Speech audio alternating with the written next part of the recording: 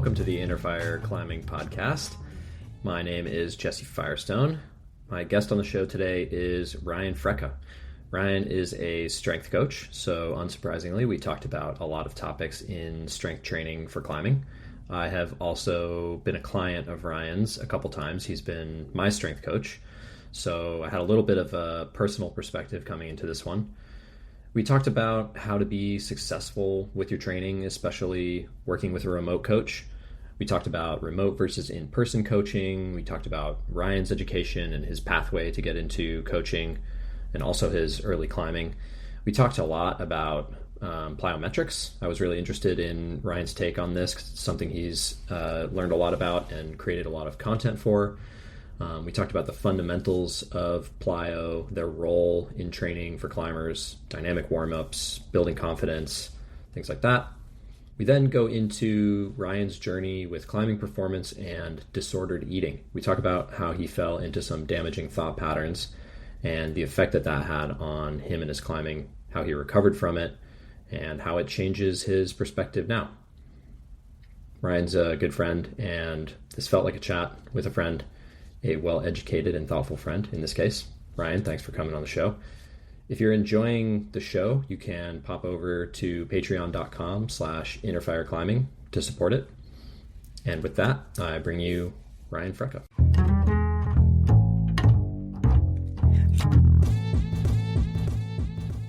Highly caffeinated with Ryan Frecka on the show today. Yeah. Thanks for having me. This is actually sponsored by Musashi Energy, apparently. Something that I bought on sale. New Zealand energy drink brand. Yeah. Drink of the All Blacks. Don't quote me on that. Rugby team. Yeah, you're Canadian, but you're joining us today from New Zealand. Yeah, apparently a lot of people don't know that. They see my content and they're like, oh, I guess he's just from New Zealand. But then if you hear me speak, I'm like very clearly not from New Zealand. Yeah, you're down there for a short period of time. You didn't move there, right?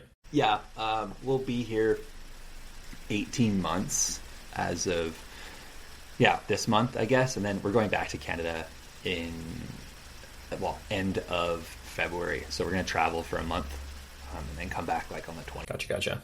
Yeah. So the reason you're on the show, there's a few reasons. We're friends, I guess you could say. But also you're a strength coach. Yeah, so you were like an in-person strength coach in Canada. You're also a remote strength coach, which is part of how I know you because you've written me strength training a couple times now. And I know you worked with people in person in Canada, but since you went to New Zealand, you've been like all remote. Is that right? Yeah, all remote. My insurance, like it covers me working as a service, so remotely is fine. And then it only covers me technically within Canada. So I just chose not to get the liability insurance within New Zealand. And also you need to have some like local certifications to work in some of the gyms. So I just didn't go through that. There was enough logistical challenges getting here than working in person. But I will be doing some when I get back. I quite enjoy that experience. It's different. Yeah, I mean it's sort of like a picture's worth 1,000 words, and then I think like a video is worth 1,000 pictures, and working with somebody in person is worth 1,000 videos. I don't know if those ratios are dead on, but I do find like when I work with people in person on climbing stuff, it's just like the corrections are so much faster, in the queuing. Like you see something, you change it, you see something, you change it. Whereas like that cycle's a lot slower with remote coaching. Information is the big one for sure. So with your coaching, your strength coaching, what is your actual you have a certification or a credential or something? Yeah. So it's CSEP. So that's the Canadian Society for Exercise Physiologists. And it requires a 2-year degree, basically. So diploma. To get, or you could, get it if you were a kines or related science field, essentially. But it allows me to have relatively good insurance that's included, and it also requires me to do continued education, which includes going to things like the AGM, so the annual general meeting, which has all sorts of professionals from various parts of the field that will talk as experts and, field questions. It's a really cool experience. But yeah, it requires me to actually do those things, which is part of the reason that I got it. Yeah, it's something I appreciate about your stuff is I feel like you seem to me to be like fairly science based, but also you're not like using the science to drive your content necessarily, or like being like how would I say? You're not trying to use the science to like give you any algorithmic benefit. You're just being very matter of fact. Like here is what the science says about X, Y, or Z, and I appreciate that. Thanks. When it comes to climbing, I think a big reason like I don't like to be too opinionated a lot of the time is because a lot of that science is either non-existent or still very much evolving. Like we don't have a huge body of evidence within climbing for a lot of things. It's really, I think, in our best interest to not have super hard opinions, at least within the sport, for now. But the bodies of evidence is building, so we're starting to see people, have harder opinions on like very specific things, like general training, like my job. Some of those things we can have hard opinions on, and sometimes when we have them, people don't take that very well because they're like, oh, like if it's so new, why do you have that opinion? That's like kind of what I was referring to, is it can be used for like clout, or people will take one study and sort of like cherry pick it to like prove some other person's opinion on something wrong. And like, I just think that's sort of a misuse of science a lot of the time. And because climbing science is so new, I think those sort of moves are really sus. It's a difficult landscape to navigate. So that's a big part of why I like went to school for it. Because I was like, this is super confusing. And like for the average person that hasn't spent years looking at it, like it has to be so overwhelming. Yeah. How did you get started with, like, what was the timeline of you starting climbing versus doing the CSEP and like starting coaching, and like which came first? Well, climbing. So I've been climbing for over 17 years now, which is a long time. Yeah, we're pretty close. I think I might be 18. I started basically on my birthday. So I can say September of every year is kind of like where the turnover is. I want to say it was like a week after my birthday, so like literally Halloween almost. And I've been doing that for a long time. I should tell you my origin story for climbing, actually. It's kind of funny. Yeah, let's hear it. I used to be really into mountain biking and BMX. That was my escape from more traditional sports, soccer specifically. I'd played for about a decade, relatively competitively. And then I was like, okay, I don't love the team experience. Like I'd enjoyed it for years as a kid, but you enter those rebellious years and you're like, I kind of need to like, branch out on my own. I'm going to do something that's maybe more like counterculture. You're trying to evade that. So I got into mountain biking, more as like an individualistic sport, and then BMX, and a couple of those friends, they were like, hey, do you want to come rock climbing at the local university? And I'm like, oh, rock climbing, like people do that? And I'd never been introduced. Like even as a kid, I know lots of my friends, they'd gone, rented shoes and hit the wall up, but knew nothing about it. Went in, and I didn't have any certification. Like I didn't have my like top rope or anything, so I just went bouldering. And it's like this real old school gym, has like only the gymnastic mats on a concrete floor, and it's these plywood 45-degree walls, slabs that if you put your arms up, you'd hit your hand on the roof. Like it's very very low ball, and just ended up bouldering for like 3 hours straight. Like my friends, they'd come and gone, and I just stayed there and just smashed myself on this like what was probably a V1 at that point for hours until I just like couldn't hold on anymore. Nice. Wow, we have fairly similar initial experiences then, because I had a pretty similar first day. Yeah, classic. That's what there was a lot of 17 years ago. Looking back, the gym was actually really cool, and it still exists. Like, it's in a local university. I haven't been there for a few years since a more modern bouldering gym opened up in Lethbridge, which is like where I'm from, Lethbridge, Alberta, Canada. But it's just like you tape up the walls, like all the community sets things and like puts consensus grades on things based on repeats. So like they don't really put up grades at first. They just kind of like have a tape color that like gives you an idea of if it's harder than the last thing. And you have to essentially memorize, like, it's all these polyurethane holds. There's no like color coding or anything like a modern setting. My favorite part of that origin story is I smashed myself for hours on this. To this day, I love pinchy problems. It was like these like Technic long pinches that are like really slippery. The next day I get up, and it was a weekend, so like I didn't have to go to work or anything like that. But I went to go open my door to my room, which is like a normal doorknob, and leave to like get breakfast.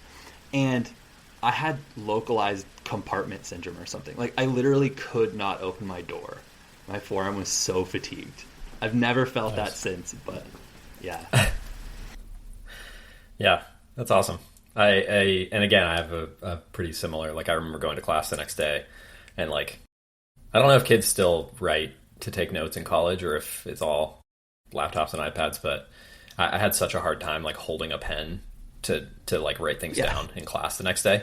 Like I couldn't manipulate the pen. Yeah. So good times. It's kind of funny to imagine like how many kids are out there having that same formative experience, but in like a modern climbing gym. That's got to just be so like overwhelming and interesting and cool. So yeah, right on. When did you get into, what about the kind of coaching piece? That came quite a bit later, it sounds like. Quite a bit, yeah. Like I noticed pretty early on, I was never a particularly strong climber. Especially in my early years, I got by on analyzing and like overanalyzing in a lot of cases problems and trying to understand the movements themselves, because like I couldn't do a pull-up. I could barely crimp things. None of those things they came easy to me. And so the obvious choice was, I see some friends, they're doing some more physical types of training off the wall. And it's clearly benefiting them, getting their fingers stronger, getting their bodies just overall generally stronger. And so I started delving into that. And I probably started that maybe 2 years after I started climbing, trying to work towards a pull-up, trying to, hang on an edge, all the classics. But I probably didn't start coaching until, I want to say it's like 7 or 8 years in. So probably the last decade, and it was only informally at first. Mm-hmm. So, there were some people at the climbing gym that were like, hey, you're turning into a relatively accomplished, intermediate climber. We could use some tips on like basic techniques and stuff. And so I basically started like in-person coaching friends, like obviously unpaid, because I had, no real credentials to my name. So yeah, I guess it's been probably like 10 years overall. Cool. And then the actual like certification came at some point. You were like, I should learn how to actually do this. I was a civil engineering technologist, and I was in that field for about 10 years. And then starting in COVID, I was on, if anyone knows how engineering works, like I was in a consulting firm, and they're like kind of boom and bust. So you'll get hired on, and you'll be like a project hire, for example. And then when the company, their projects all start to like wind down, they start to, lay people off, right? And so I got out of that career and made a transition into personal training around, I guess it would be 2020. I I started doing my bridging because I didn't have some of the same courses that I needed in the summer of 2020 during the panini, as some people would call it, the pandemic. Like pandemic, yeah, okay, all right. Hadn't heard that, but yeah. The pandemic. It's far enough back. We can use cutesy words now.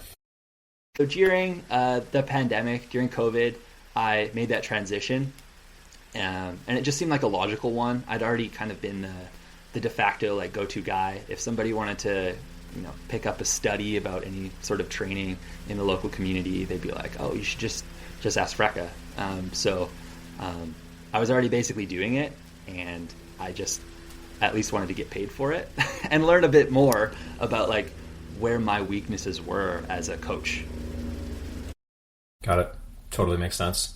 So, yeah, I guess starting doing that during COVID must have been kind of interesting too, because if you were working with people in person, either as part of the academic process or even just as part of your business after you sort of like finish your degree, COVID must have still been a factor. It was good in a couple ways. Obviously, I really miss the in-person component because, like you said, the information density you get from that and the interactions are so valuable. But at the same time, it made me understand how a remote workflow needed to look, needed to operate, and it made me actually do it.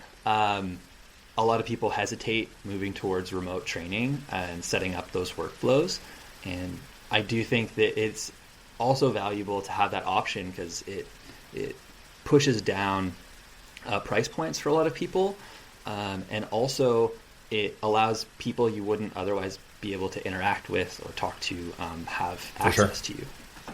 Yeah, I mean, working in person I would work in person with everybody if I could, but I can't work with people from Saudi Arabia in person, right?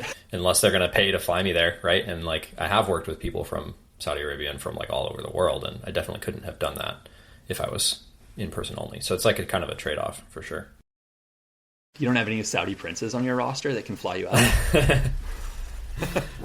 No, we haven't gone down the rabbit hole of securing funding from the kingdom yet.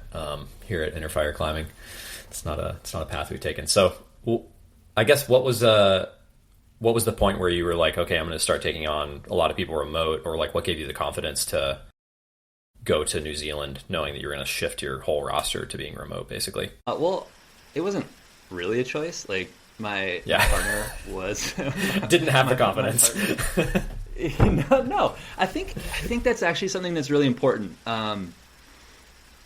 We don't always have the confidence to do things, but that doesn't mean we shouldn't make the jump, right? Yeah, for sure. Like when it comes to strength training, a lot of people, they're very unconfident in their abilities, and like that's actually a reason to pursue it. And that's true of a lot of things, I think. Yeah, I have a strong memory of my first real strength coach was this guy named Blaine, who I reconnected with not that long ago, and that's been really fun because I've like lifted with him a couple times now that I'm like a much more experienced lifter, and it's just a lot more fun. But I remember, a handful of sessions into learning the deadlift, like I'd been going to that place for a while, and he was teaching me the deadlift, and at a certain point I was like, well, like what should I, should I do this, and like how should I, and I'm like asking all these questions, and he just like walked over to the rack and like got another plate and like put another plate on the bar and then put another plate on the other side, and he's like, now lift again, and I was like, I was scared basically, and he was just saying like, you're good, like you can lift a lot more weight than you're lifting, and you need to like sort of trust your body to figure it out a little bit. That was like a pretty important lesson for me, I think. Yeah, that's something I think everybody runs into when they first start is there's like a load at which you're sufficiently challenged by the movement, but before that you can kind of do whatever you want, right? And it'll still feel hard is the thing, but it's actually physically not hard. It's very strange. Yeah, I've like had that experience of being on the other side of that now a couple times as a coach, where you're like, the person's like, should I go up by 5 pounds? And you're like, well, I think we can go up by 50 pounds. And you put like 50 pounds on the bar, and it's still like not very hard for them, It's a really, as a person, it's kind of scary, but also empowering. But as a coach, it's like, it just seems like such an obvious thing to do.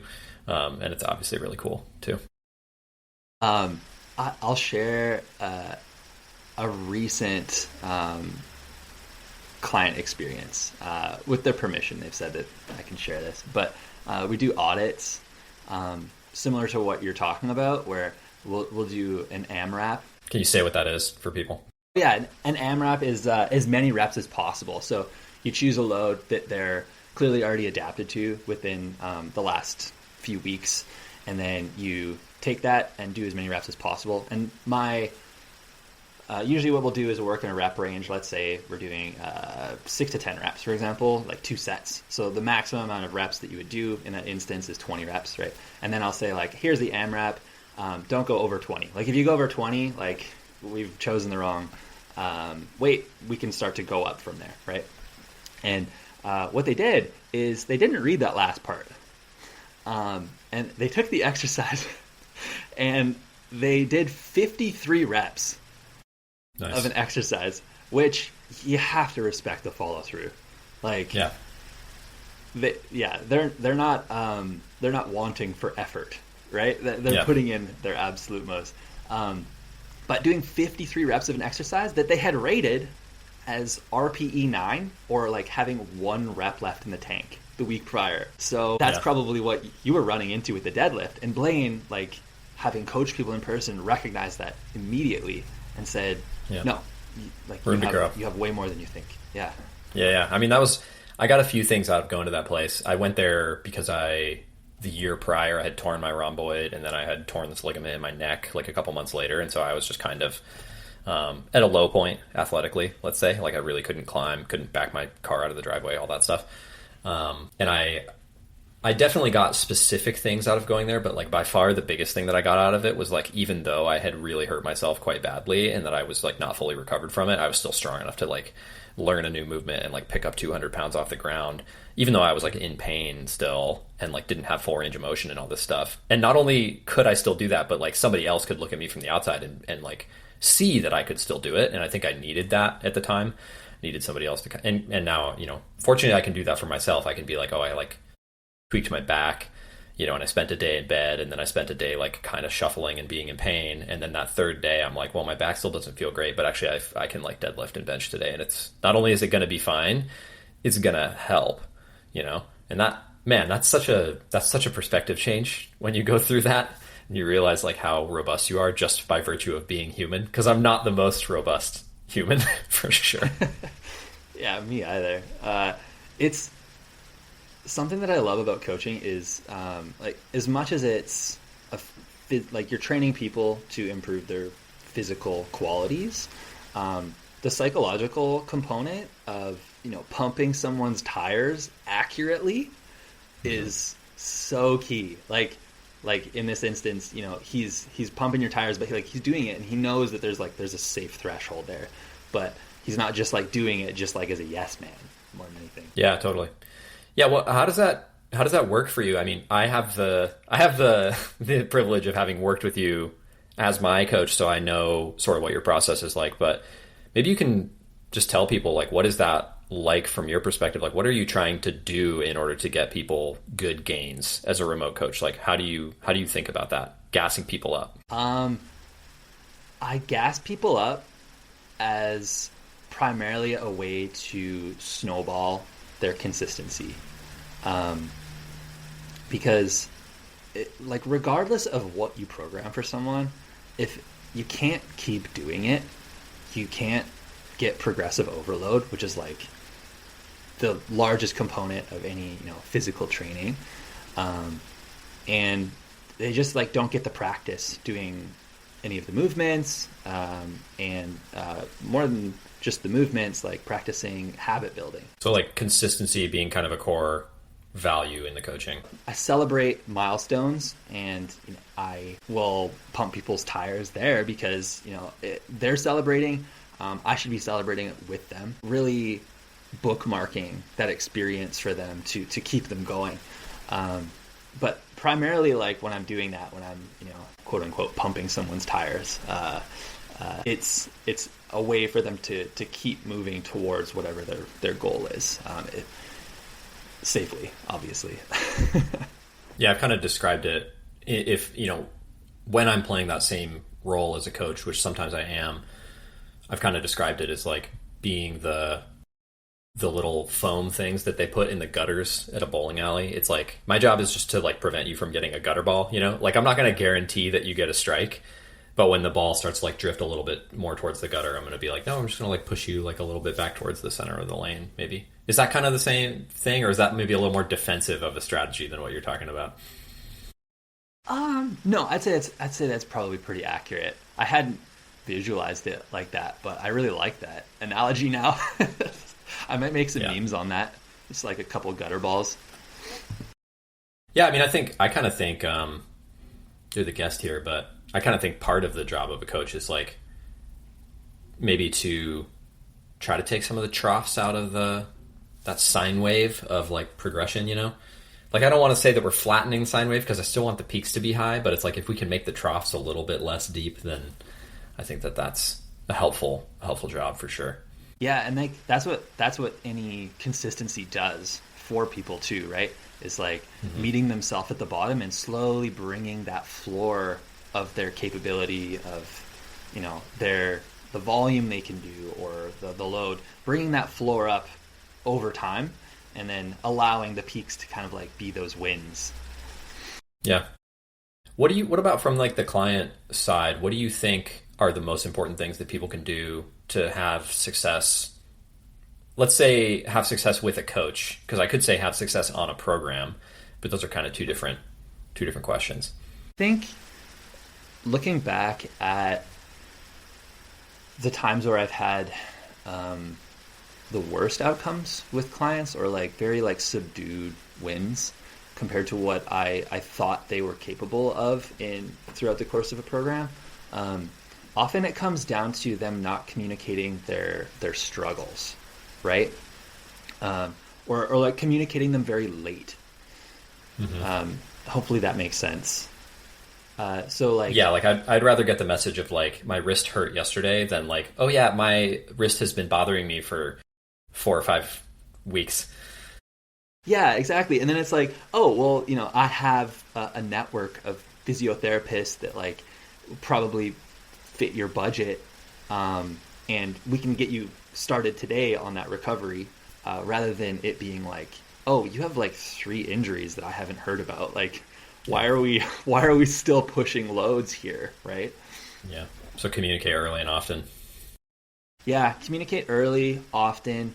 And another one, I guess on that tangent, is like when someone's injured, injury has a way of killing your like motivation, for various reasons. Like you kind of get this like this loss of identity, especially if it's your first major injury, and they kind of like they become this shell, right? Like they try and protect themselves, and part of that protection is like not reaching out to the coach, when I think if you have a coach already, one of the biggest things, like one of the greatest values that they can provide is guidance in those times.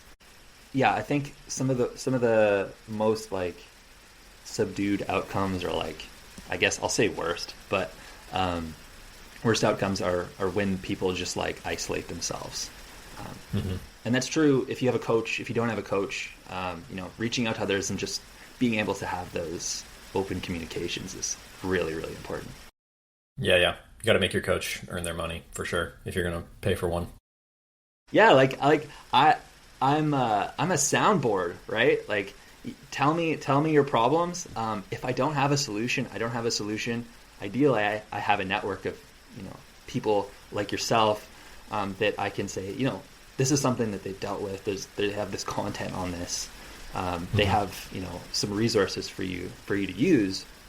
But like that's where I'm using the money that you're paying me, is I'm like educating myself. I'm like making these connections with that money. So, you know, use it. Yeah, totally. What is there anything else that you want to say about like what people should do to be effective working with a coach? Effective working with a coach. Like, how do people make the best gains? And if we can expand to just like training in general, if that makes more sense to you, if that's a better question. Yeah. Let's just do strength and conditioning. Telling me what equipment you have, like specifically. Yeah. Because people will be like, yeah, I have a rack of dumbbells, And you're like, okay, but like, are they 5-pound increments? Are they 2.5-pound increments? And you don't have to be like, you don't have to go out of your way to like, yes, it's like 2.5 pounds up to 30 pounds and then 5 pounds up to whatever. But like, where's our ceiling? Because if you only have dumbbells, but you also have a barbell, can we take that barbell and like the ceiling of loading is way higher? We can stay consistent with that exercise and that choice for a lot longer and keep those gains going. If we start with dumbbells and then you change exercises, which is fine, you can change exercises. But if we change it, now we're working at like, there's kind of like a break-in period of changing between exercises if you're not already familiar with both of them. Yeah. I definitely have that same problem with climbing coaching. Like the equipment is so important, and it's a lot of information. Like a lot of the time I just have people, when we start a thing, if they're like, oh, I have like an apartment gym, I don't know exactly what's down there. I'm like, okay, after this call, I'll just like run down there and take a video on your phone. Just walk through the gym with your phone and take a video and just send it to me so I can just see what all this stuff is. And then you don't have to like make a list or anything. Yeah, that's exactly what I've been doing. It's become this weird skill where, and anybody, especially like anybody that's in like a bodybuilding gym, right, where they have like tons of different machines, will know. When you get a client video of their facility, you can spot, you're like, oh, that's a Nautilus machine. Like, I know that's a good machine. I know that's a good machine. And you're making your recommendations based on these like just little things that somebody that's not necessarily familiar with the gym environment isn't like picking up on, which maybe sounds a little bit cocky, but it's like, it's a weird skill that you pick up where you're like, yeah, that lat pull down machine is like way nicer than that one. Yeah. Well, and like, I mean, to be fair, at least in the climbing space, lots of people that I've coached, I think probably wouldn't even, they could figure out what a lat pull down machine is, maybe by like looking at a video of it or a picture of it online and then like finding that machine in their gym, but they might not know if they have one or not unless they go look at the machines people just don't know how to use these things in the climbing space. And most climbing gyms don't have any machines. So it's not like it's anybody's fault necessarily. But I mean, that's obviously part of the goal of training. Maybe an underappreciated part is just like learning how all that stuff works so that you have access to the tools, Because if you go to a hotel gym and you only know how to use dumbbells and the hotel gym has like machines, like you're missing out on this opportunity of using, machines to do your random workout. I don't know. I like using different machines, so maybe other people feel differently. I'm not sure. Yeah. So being specific, taking a video is the easiest way to do it. Some people have reservations with taking videos in the gym, but like when I get it, like, I don't know about you, I assume this is similar. When you get a video from somebody, like, that's not going anywhere. Like, it's just staying in your chat or like your little archive with all your client notes, and it's just a reference point for like how you can best serve that client. It's not like, if you record somebody in the background, like anyone's ever going to see their face. Yeah. Maybe with like a climbing video, there can be cases where I would want to share it, but if it had a bunch of strangers in it, then I just wouldn't ever want to share it. And I don't even do that for my own video. The equipment's really important. As a coach, like we can do a lot in terms of modifying. We can modify and we can pretty much work any muscle group, barring some like severe limitations of equipment. But you can probably make something work at any rate. But you just need to know what you have. Yeah. Like if you have a good set of equipment and a good coach, you can definitely do. It's like anything. There's so many combinations and permutations to do stuff. And even with like pretty limited equipment, if your coach is good, you're gonna be able to work with stuff. So yeah, I don't know. I try to tell people like, you kind of can't let me down on. The only way to let me down is to like not give me the information or like not communicate with me at all. Yeah. But as long as you're telling me something, like I'm not going to feel like you let me down, which is easier said than done probably. Yeah. And like going back to one of our points on like just open communication, that's important in like everything, not just equipment, right? Like just tell us. Like we might not use that information, but having it means that now we have a reference point to, improve whatever you're looking to improve. What are your tools for trying to understand if people are like doing too much? We already kind of talked a little bit about if they're not doing enough or like kind of not hitting their RPEs, you can do things like that, that RPE audit or like AMRAP test. But like, how do you kind of find out if people are maybe overtraining or maybe like just a little bit too much in a fatigue hole? A big one for me is actually just mood. And that comes back to the psychological aspects of coaching being maybe as important. Like when people are communicating with you, you get a feel for them initially. So like the way that my workflow works, I only take on clients that I've met with. I have a consultation. Usually they go long because I like to learn as much as I can about that person before figuring out if like we're a good fit. I get a sense of their tone, a sense of their personality. And then when they're communicating with me, especially remotely, a lot of it's text-based. I do use a lot of voice notes, and I encourage clients to also send their own voice notes because you can get a lot from that. You can see a declination in their overall like mood and energy over the course of weeks or even the course of a single week, and you can start to like increase the amount of check-ins that you have with that person. You can like make sure that they're on track. So the biggest way is just mood, and that's highly subjective and individual. So it is really hard to explain. Have you experienced something similar? In terms of like maybe having clients who are going through some kind of overtraining, have I experienced something similar, or the mood change specifically? Yeah, like a mood change when you're overtraining, when you're kind of like dipping into that recovery hole, and just their general communications. Yeah, I mean, I've personally experienced that, so I definitely know it's a real thing. Overtraining is kind of funny because if you look at the symptoms of like severe overtraining, there are a bunch of things that would just be highly correlated with each other.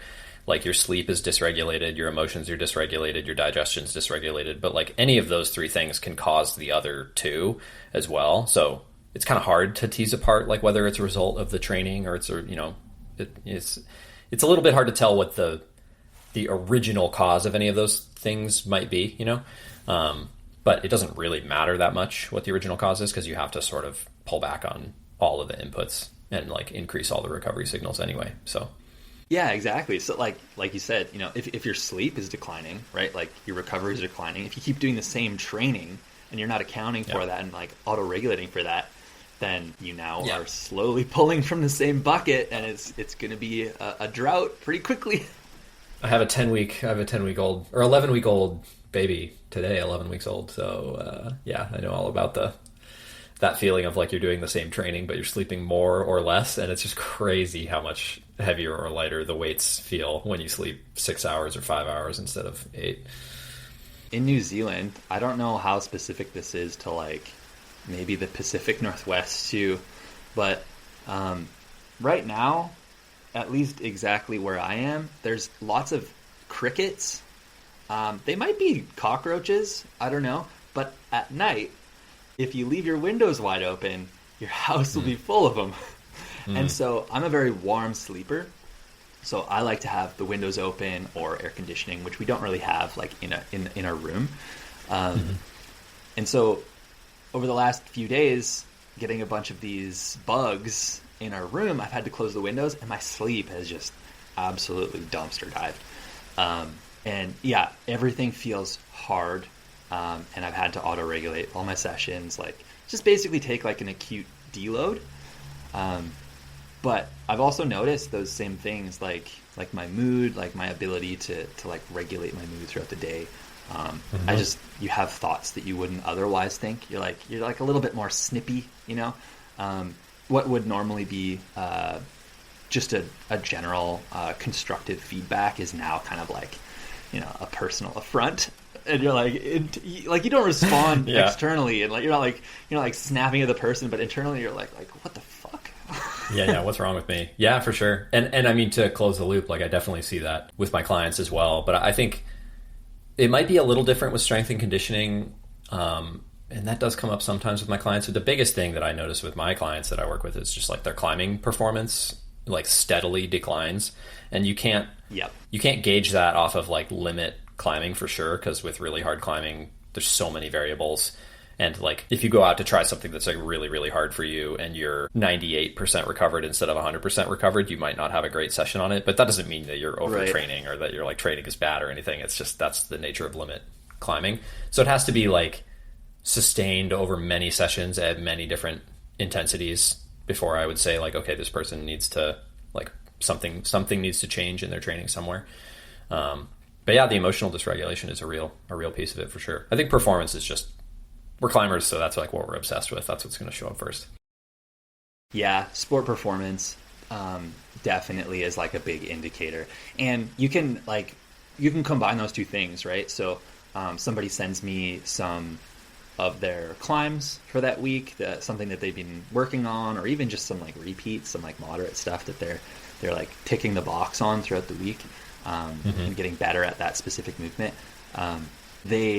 Their communications likewise will be like, didn't have a great session. And I'm like looking at it, they're climbing like somewhat well, right? Probably what I would say is like, they're average, but they're on top of that now having this like very negative self-talk. And so it's a combination of those things when determining if they're doing a little too much. Yeah, if they're pushing a little bit too hard. I've thought about this a few times lately. There's like that old George Carlin quote that's like, think of how dumb the average person is. Now remember that half of people are dumber than that. And it just makes me think about with your sessions, like with the quality of your climbing sessions, like just think about like, people basically want their average session to be like really good. But like by nature of how averages work, at least half of your sessions are going to be worse than average. That's how the math works. That's how the math makes sense. Yeah, I made a post a little while back, and there was a coach, I forget their name now, but they talked about the law of thirds, and I think that's a really good way to look at it.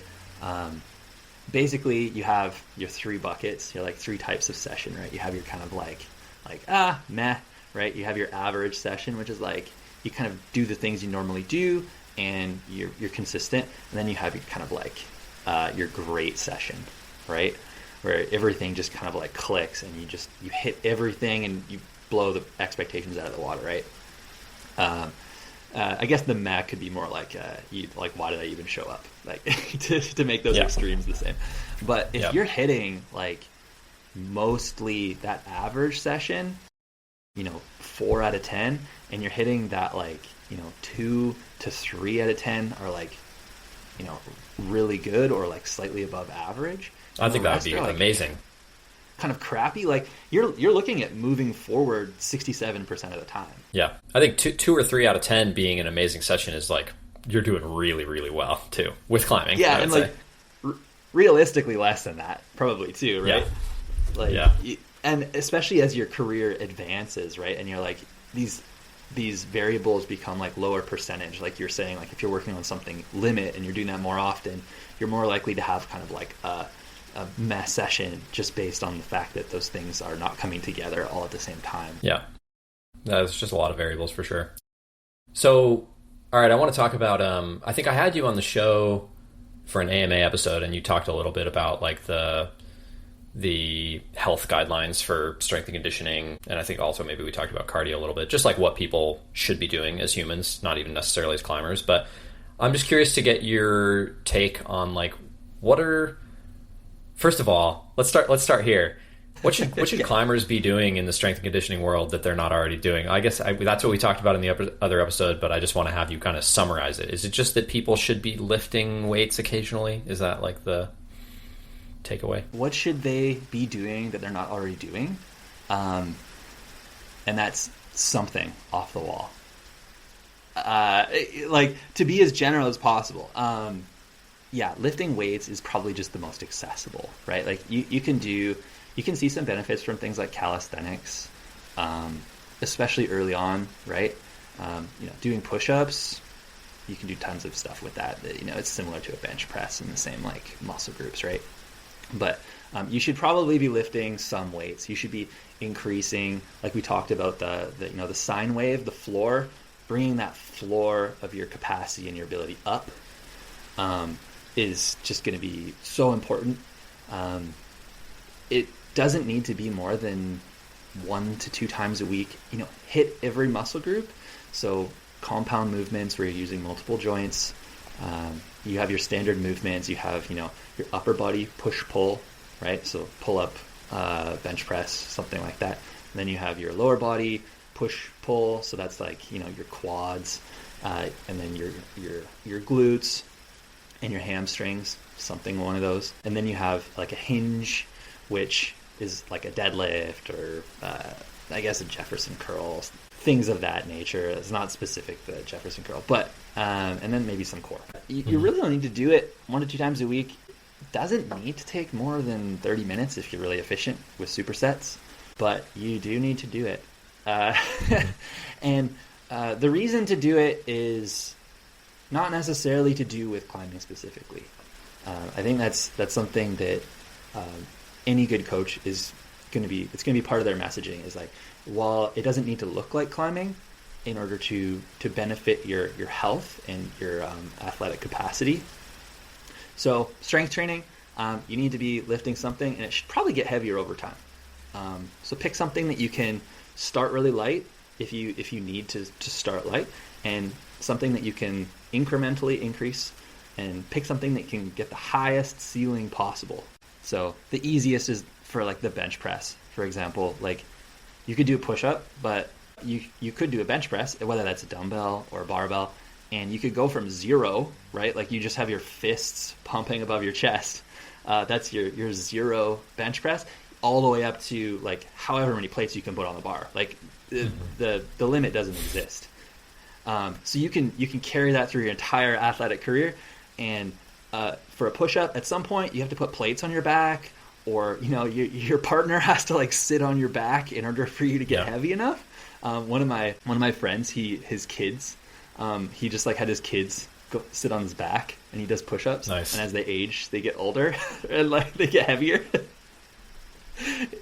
I'm like, you know what? It's progressive overload. And you're like, you choose. Yeah.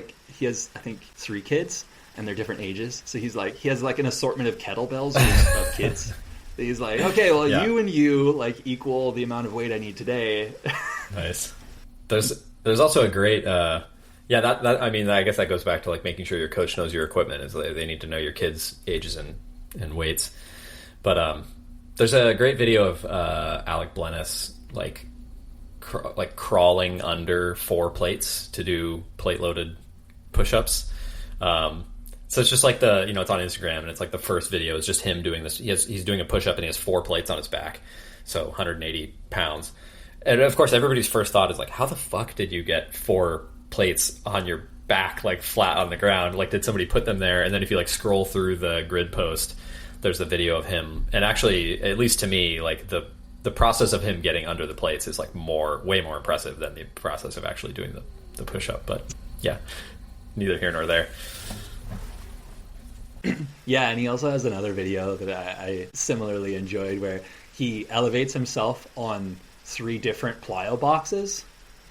And so he has like 2 for his hands and like 1 for his feet, and then he has a dip belt on, and so his dip belt, and then he puts plates underneath, so he's doing push-ups but the weight's underneath him, so he has to be elevated high enough that the plates don't touch the ground.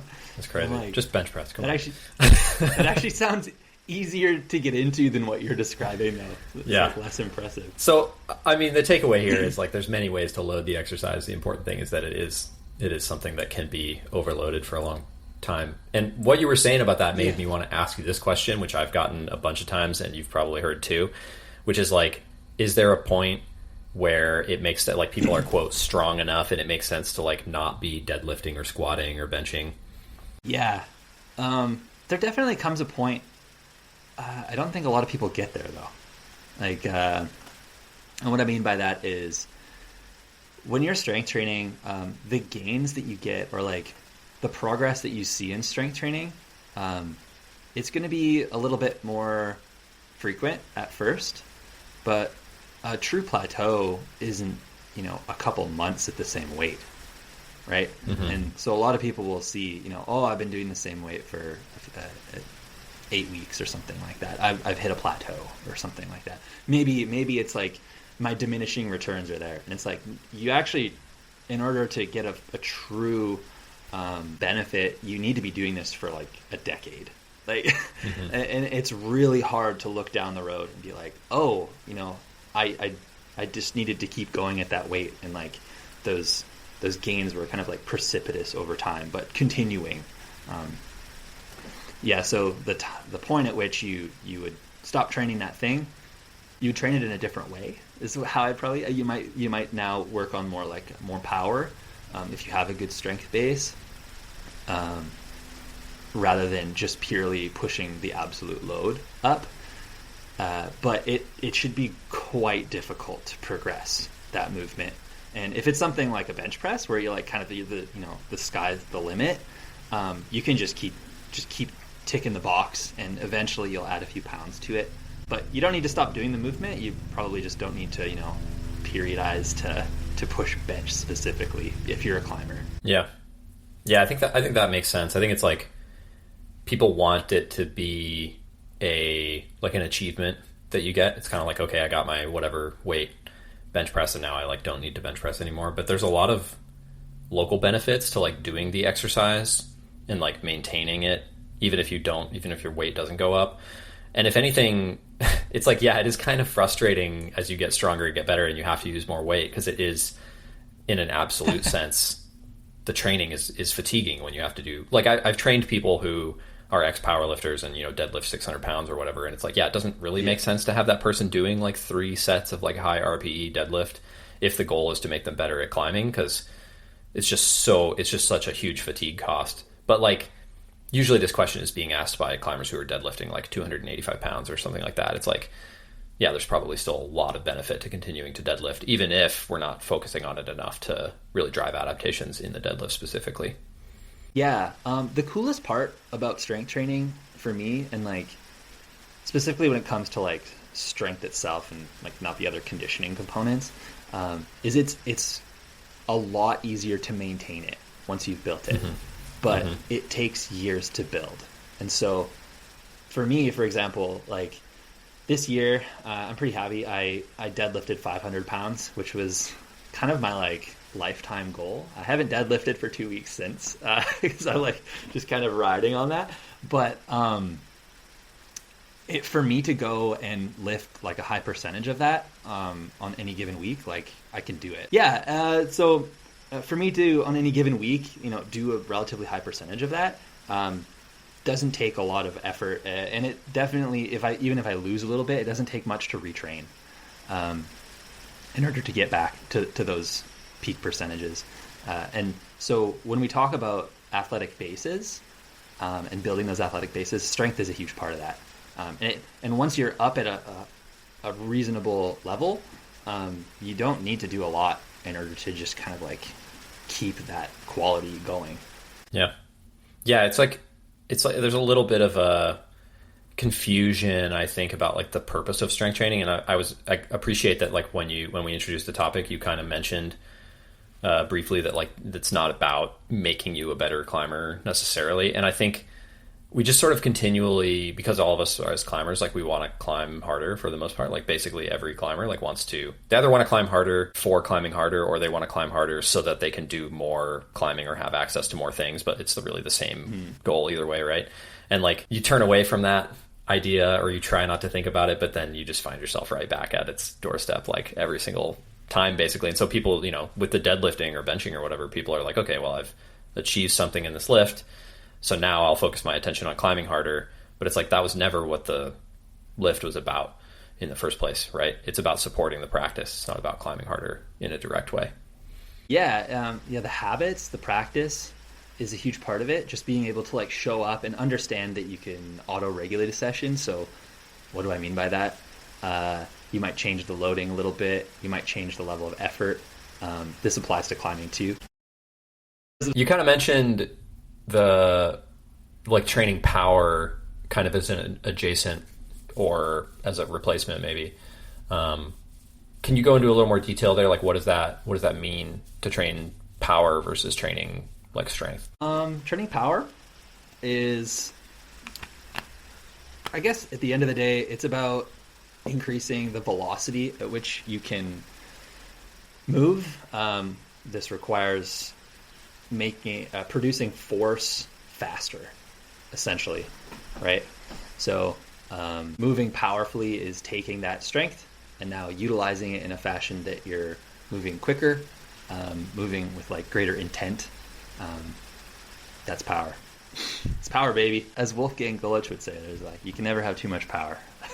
Technique is no substitute for power, I believe or maybe that was Tony Iannero. Yeah, which I always find those kind of quotes really funny because like I find power to be a very technical thing, like in climbing. Being very powerful is very technical, but that's a whole different podcast. So if we take the idea of training power, like you could train it with any of these movements we've been talking about, like just being really explosive with like a bench press or a deadlift. That is one form of power training, would just be to reduce the total intensity and increase the velocity of the bar, basically. Yeah, it can be as simple as that.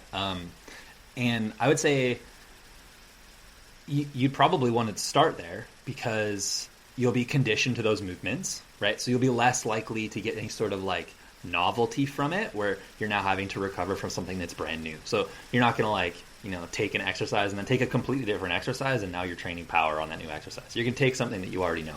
So picking those and then just moving a little bit quicker is the easiest place to start.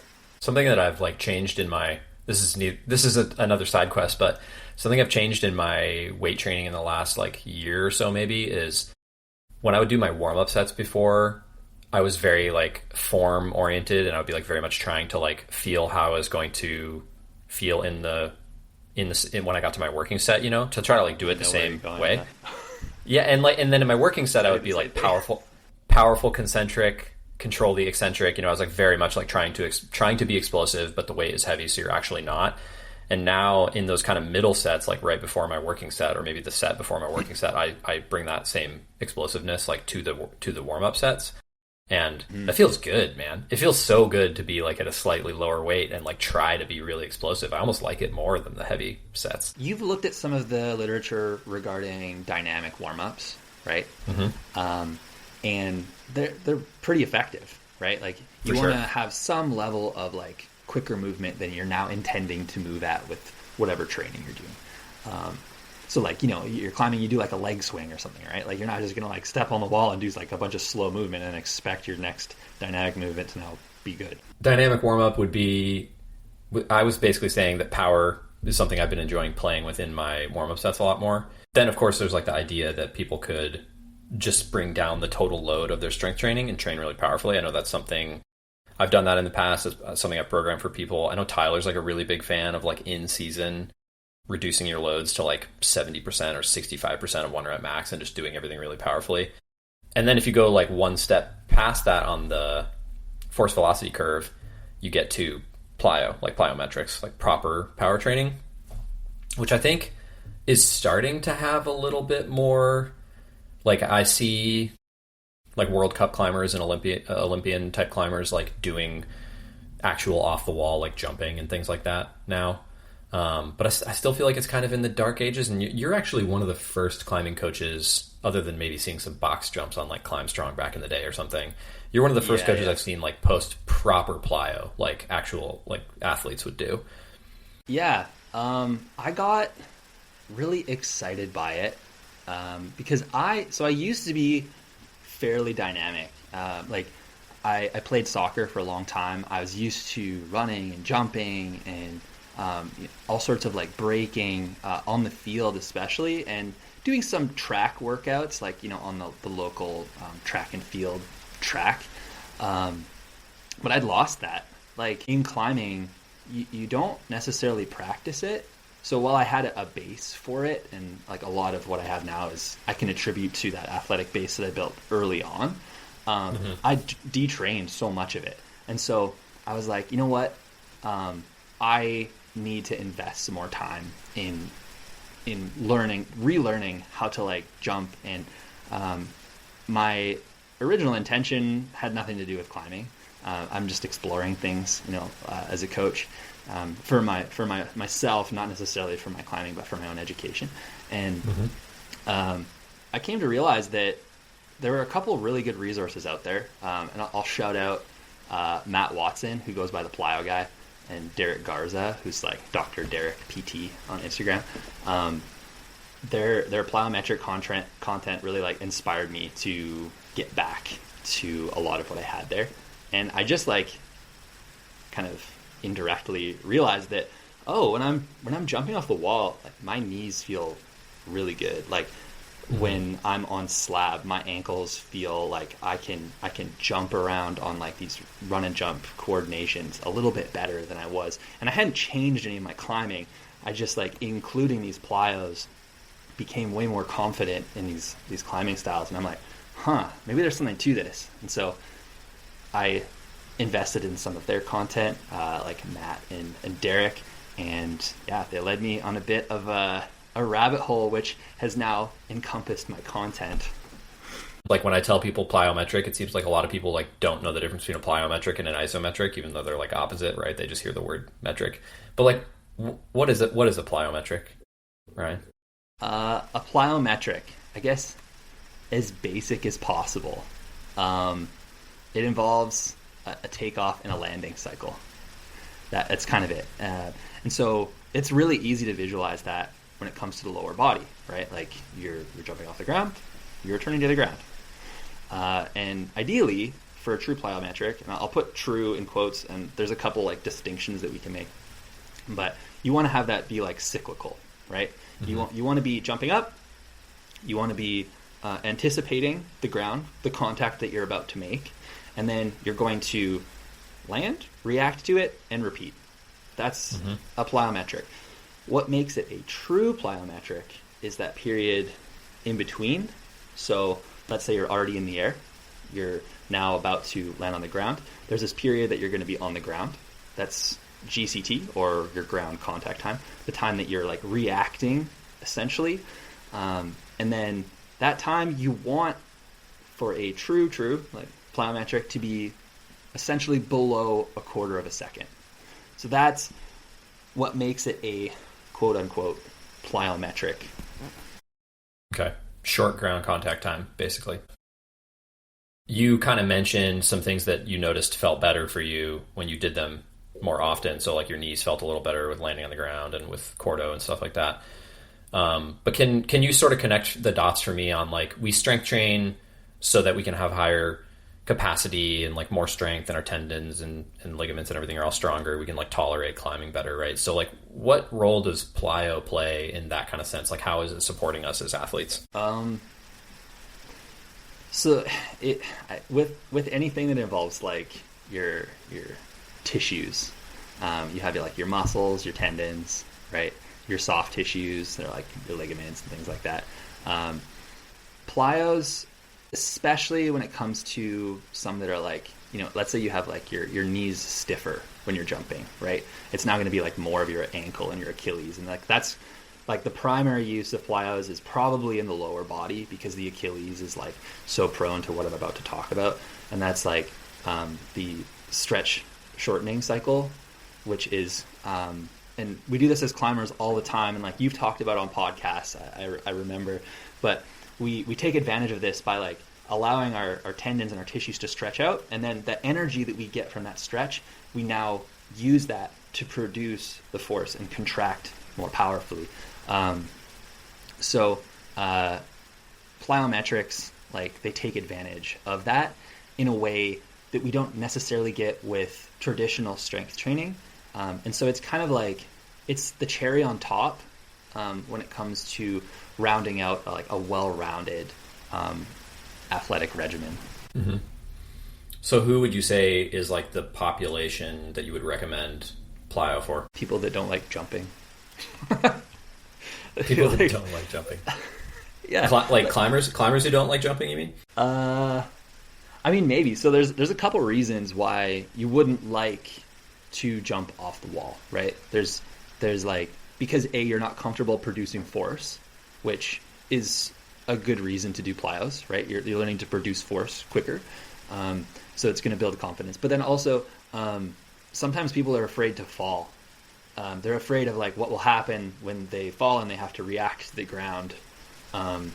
And plyometrics build up those skills to land and to be resilient in a variety of different positions, landing, jumping, things like that. Yeah. So those are a few good reasons. Awareness of the stress shortening cycle, the actual tissue capacity to like react quickly, which I guess is also neurological. So both of those things. And then I also think like maybe one piece I'd add would be like the athletic development piece of just like, you know, when I coach somebody who has like no strength and conditioning experience, which is relatively rare, or even when I coach somebody who has like maybe a year of experience, like they've been climbing for a while and they've done like, you know, external rotations with the dumbbell or like whatever the hot exercises, or they've done like max hangs, like that's their strength and conditioning experience. I feel like something like plyo is just a totally different world that we can introduce. It's like a whole, you know, adding velocity to the training, like it's just a different thing to practice and like work on being a better athlete. Yeah, they're just fun as hell.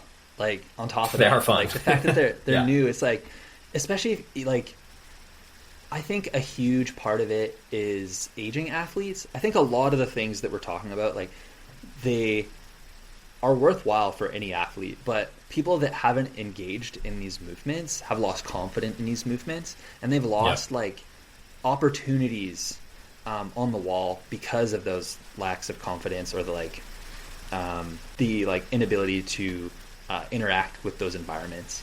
And so that like physical literacy that you get from doing it is huge. And yeah, it's just super fun. Like jumping on top of a big ass box is just like cool. And people will be like, whoa, that guy just jumped over my dog, you know? Like a dog runs under you and you just jump over him. You're like, oh, not a problem.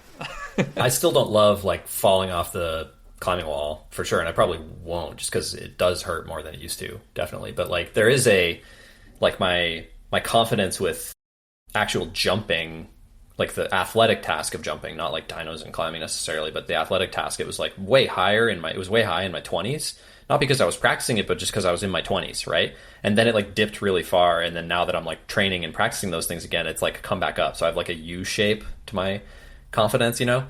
And I feel like that's the thing is like if you don't pay attention to that stuff, especially in your 30s and 40s, it's not like you have to practice everything all the time, but it's just easy for some of these things to go away, for like aspects of your athleticism to go away. Yeah, we all have blind spots in our training. Like I have tons myself. I've slowly narrowed them over the years because, you know, I'm aware of them in a way that I wasn't, especially when I'm training people, like using it as a bit of a reflection. My clients reflecting, oh, maybe I should also train that, you know? But if you look at outside of climbing, and you can just ask any of your friends in these age categories, like when's the last time that someone you know in their 30s has sprinted? Yeah. Right? Has sprinted, has you know, jumped up a set of stairs, like multiple stairs in a row. Like you can probably count the number of people out of 10, like 1, 2.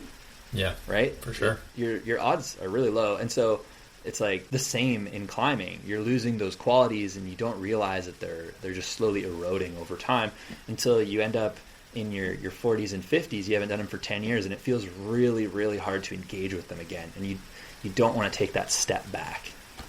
Yeah, definitely. Yeah, and I mean, there's an argument there to be made for doing it even if you're younger too, which is like with strength training, something I've told people if I'm coaching somebody who's like 15 years younger than me, so like, you know, in their mid 20s, like they can put half as much work into their strength training and get twice as much out of it as me. And so it's kind of like, yeah, you don't maybe have to do it because you're in your 20s, and so you like, yeah, you don't have to, in scare quotes. But also, like, it's just such a small investment for such a huge return when you have the hormone boost of being in your early 20s or mid 20s. And it's kind of the same for plyo. It's like, why not develop that athletic capacity now? Like, sure, you're good at jumping without doing it, but imagine how good you could be at it if you practiced. And also then you set the tone for like what it's going to be like in your 30s, that you're like, this is something you work on and like try to consciously improve as an athlete. Yeah. And like we talked about earlier, the maintenance of it takes a lot less. Right, so if you can build it early, and if you look at any athletic development framework, they all will say build general qualities right out of the gate, as general as possible. Just get a huge physical literacy, get strong in a bunch of different ways, and just, you know, you can coast on that if you do it really well. So building these things early on, and you can maintain them with very little practice. Like I'd say, to give you an individual insight into like my plyometric training, I obviously played soccer, so I was doing like a lot of that just inherently, jumping around and stuff. But so I'm like drawing on that, and I was able to build it back up a little bit quicker than maybe like your average person, maybe not. But now I only do the movements, 1-2 times a week. I build them into my warm-ups, and I still see little improvements. But overall, like I'm able to maintain it very easily. And I still feel, just as good falling off the wall, jumping down from boulders, things like that. Yeah. I did a good chunk of jumping with you I guess that was last winter. I guess that was already a year ago. Just gone. And then I really didn't keep up with it other than just the occasional jump in my climbing warm up. And maybe I do some jumping like once a week, but I don't even do the same movements consistently. I'll just literally, like, I'll be in my garage and I'll be like, well, my bench is here and my box is there and I don't feel like moving anything, so I'm going to do a seated depth jump, or like my bench is close to my box, so I'll do like a tuck jump onto the box, or like I'll just pick a variation basically and fiddle around with it. And I think that does make me more sore than when I was doing the same movement really consistently, but there's like a playfulness to it. And I also feel like even though I am not doing very much of it, it hasn't detrained in any significant way, which is nice. Yeah, you're just like trying to enter your cat era. You're just pouncing around on boxes. Very playful. I mean, you mentioned sprinting, and I feel like sprinting is a little bit like if I get to the point where I can go out and sprint without like a big warm up, and I feel like okay doing that, like that would probably be, I'd be feeling really good. Because if I just like went outside and sprinted right now, I don't think it would go super well. I haven't even run in like several years, so I don't think sprinting would be great. But that'd be nice. Like I'll set that as my like high watermark if I can reach the point where I feel cool sprinting again. That'd be great. Do you want to hear how I started implementing short sprints? Yeah. The habit. So when I was building all this back, I was like, okay, I want to sprint. And so at the end of each of my strength and conditioning sessions, I would hit treadmill, and I would just increase incrementally. I would have like a set time, or a set distance is probably easier for most people. And I would just be like, okay, I'm going to hit this RPE, and I'm just going to smash it, right? We're just going to go whatever RPE 7. Speed doesn't matter at this point. We're just trying to get faster over time. And then that was kind of my like middle ground. But then our driveway is about 60 meters to the road, and it's slightly uphill. And if you know anything about sprinting, like going uphill sprints, really great. More comfortable. They feel, they're just like more comfortable overall, but they do feel hard as shit. So I was like, and that'll be my maximal training. Is I'm just gonna go here. I'm gonna take a really short distance, and I'm just gonna hammer it. So I want to go a little bit faster than whatever I'm doing kind of like in the gym as kind of like my moderate workout. And then every day I'd go for my walk outside, rain or shine, and I just started out with just a little bit of a sprint, and then I just walk it out afterwards. And so, every other day, just go for a short little, 50-meter sprint, and that's pretty much it. But it adds up. Yeah. The few times like I ran, I think it was like New Year's Eve, and we were like, it was Christmas Day, and me and my friends like went to an Indian restaurant, got a reservation, and then like went to a different place to like have a drink while we waited for our reservation. This was in Vegas. And then they just called us and they were like, your table's up, and we're not going to hold it. And so we had to like run from the bar back to the Indian restaurant, after having a drink.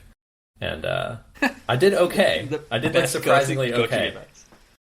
But like other than that, that's like the only time I've like actually tried to run fast in the last like, I don't know, 5+ years or something like that. So yeah, running would be a high bar. Is this your official protocol? Yeah.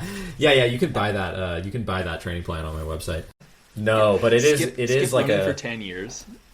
Exactly. It's a great example of like you want to train to be able to have a high quality of life, right? That's what really matters, is the high quality of life.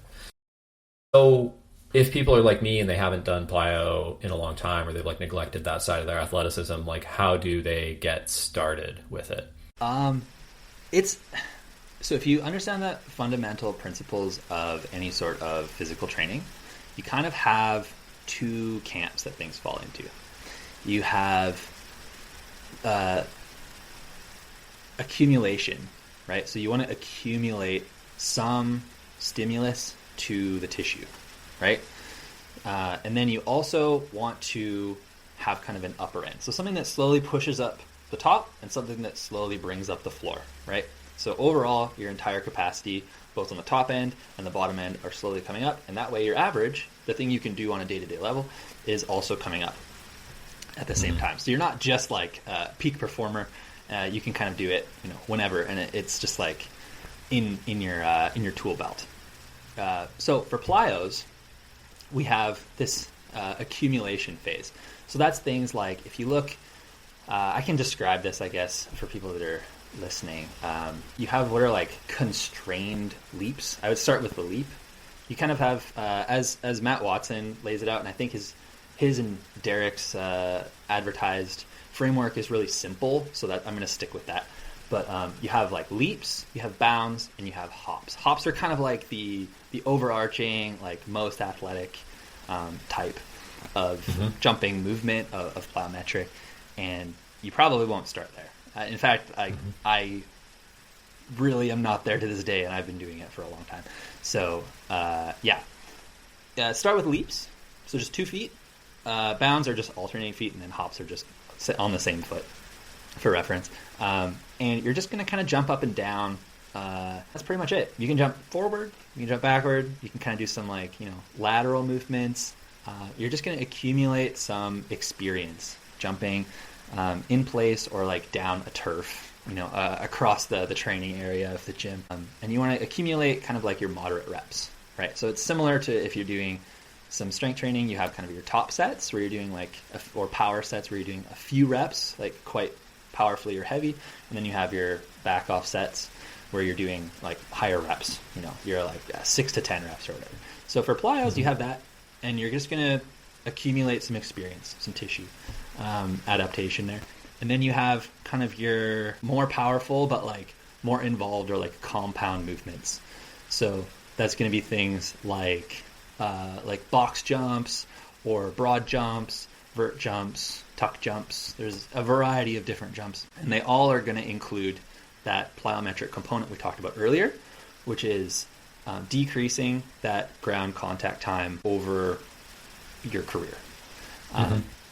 A lot of people, when they first do them, will not be able to both perform the movement and get better at the movement and have that ground contact time be truly quote-unquote plyometric. Reducing the ground contact time is kind of the corollary to increasing your weight on a strength training movement. Yeah, up until a point. Like you can increase the load alongside some of these movements. I don't think you necessarily need to. You kind of just end up going higher or further, which is like kind of your increase in force, right? Is through distance or height. But because in order to go higher, you need to produce more force, which is the same as like producing more force to move a weight, right? In a way. But that tends to dissuade people from doing them when they hear that something's not optimal. And I'll throw back to Matt, the plyo guy again. He has something called deep tier, which is in like greater degrees of flexion. So like in the bottom of a squat and kind of moving around and oscillating in those positions. They're much slower than a plyometric, but they do teach you how to produce force in those positions, and they translate really well into the true plyometrics, these more like athletic jumps. Yeah, and they feel, at least for me, we did some of that when I worked with you last year, and I had some knee pain, and I feel like working in that deep flexion was like helpful for my knee pain as well, like working on being reactive at that deep flexion. Yeah, in a short period, like the thing that you'll probably look for is it's going to be more neurological, right? You're going to be desensitizing yourself to some of these things and maybe being able to produce a little bit more force at the same time. But it's probably going to be like you're just kind of breaking down like the inhibition of your body to like be in that position. And then long term, you're probably going to make those tissues more resilient. So there's really no downside to doing it. Unlike the force versus speed or like force versus ground contact time thing, like sometimes I'll have people do seated depth jumps. I just find seated depth jumps to be like a very accessible form, just because like, at least in my view, you tell me this is wrong because I think you know more academically than me about plyo, but like the seated depth jump just doesn't feel very complicated to me. You know, like you're in total control of when your feet hit the floor. And you also, at least to me, I feel like I'll speak for myself. I feel like I'm in total control of when my feet hit the floor, and I'm in control of how much I'm trying to move quickly when that happens versus how much I'm trying to, you know, get high or jump further, like off of that contact. So sometimes I'll have people just do a seated depth jump like twice a week, but with different intents, if that makes sense. Seated depth jump. Describe what you're referring to, just for people. So like starting sitting on a bench or a box, and then I think I've seen videos of you doing this movement, so maybe you just have a different name for it. But like seated depth would be you start on the box, you touch the ground, and you try to jump as high as you can, or you jump to a box. You could do a seated box jump. Same thing basically to me. Yeah. Okay. And then I guess you could call the reduced ground contact time version of the same would be like a seated drop jump, but you're not actually dropping. So I don't know if it makes sense to call it a seated drop jump. Yeah, or you kind of like rock. You're like on a bench and you kind of like rock into it, and then like you're purposefully, intentionally attacking the ground in order to now jump onto whatever surface, however tall. It'd probably be really small when you start, to be fair. Yeah, I mean, I think that's you were kind of saying like it's hard to learn the form of it and also move really fast at the same time. So that's kind of why I like making that distinction between like trying to move fast and trying to like, people want to jump as far as they can. Let's be real. It's the same as like when you give people strength training, it's like 80% or something of people like want to go heavy. Like they want to go as heavy as they can because that's fun, right? Yeah, my favorite thing, I have some content that I'm going to put out about this, but the difference between doing like a plyometric box jump where you're like improving your actual like vertical output and just bringing your knees up to your chest higher and higher and higher, and like the box goes up, but you're not actually going or producing more force or going any higher. Yeah, I mean, when you see people do like a box jump like above their height, and it's like if you watch like how high their actual torso goes, you know, like the difference between box jumping to their waist versus box jumping to their same as their height, like it's not that, their torso is not that much different. They're just like accommodating, you know, twisting their body in the air to like accommodate the height of the box and get onto the box. It's still super impressive. Yeah, like there's so much skill to it, and like if you're jumping your own height, like you're probably not limited by that like power and force production in any case. But yeah, at some point it's like, is it more just a bit of an ego lift to be like, oh, I can lift my toes like 2 inches higher to get on top of that plate? Yeah. Versus like physical. Yeah. We talked about strength training. We talked about power. I guess the third thing in the vein of like move as heavy of weight as possible, jump as far as you possibly can. We haven't really talked that much about like climbing as hard as you can, but I think maybe we should have talked about this a little bit more at the beginning of the call. But like, this is why was there a time for you? No, that's fine. Was there like a time in your climbing where like you were really trying to like climb super hard? Is that something that was like part of your climbing performance? Do you feel like that's still part of your climbing identity to try to climb as hard as you can? I'm getting back there. Had a few years where it was not a focus of mine, and I think that period during COVID was pivotal for that. Climbing was taken away from a lot of us, and so we found other avenues to express ourselves in like the physical realm, and some of those things just like continued to stick. And so it hasn't been like a big priority, but I would say before that, probably like 2017 to early 2020, before we got locked down, I was pushing pretty hard. Maybe it was misguided, but I was trying to push both my sport and my bouldering kind of at the same time. Yeah, I'm getting back there though. It took a few years off for sure. Can I subtly prod you in the direction of telling us why you took some years off? Oh yeah. So it's like pretty simple. I had an eating disorder, so yeah, that sidelined me for, for obvious reasons. Um, yeah, we can talk more about it. Uh, Pushing for performance, the way that you'll hear it described is not necessarily aligned with health. If you read like anybody talking about performance, they almost always describe it as being like misaligned with like their overall health. And that's, I think, a big part of what led me down that rabbit hole. We just watched Ted Lasso, the show, and Oh, was that your first time? yeah, first time. I'd never seen it before. Great show, Okay. great show. So good. But there's this plot line in the third season where like this really seasoned athlete on the coach is like training the kind of star player who's like up and coming. He's like, oh, I'm gonna train you separately from the rest of the team, and I'm gonna like push you really hard in a way that you've like never been pushed before. And like I was like, okay, I like the show. I know it's just fiction, but I already could tell where they were going with it. It's like he has to get up at 4 a.m. and he's not allowed to have any beers, and he has to train like earlier and also later than the rest of the team. It's like the path that they set out to like being a stellar performer is all the things that I now realize as being very like toxic and unsustainable. And even in that show, they were doing the like, when you're training this hard, you're not allowed to eat the way that the rest of the team is. And it's funny to me in a show that's like renowned for being positive, in basically a sea of like really negative and like dramatic TV. It's an upbeat, uplifting show. And I was like, even in this show, we get the sort of cultural persistence of this stupid idea that the way that you train really hard is by not eating anything. Yeah, it's I think like diet culture it's just so pervasive. It's so I talked about this in my friend Kelly's podcast as well, which if anybody's interested in that, she did a series talking about stories similar to mine.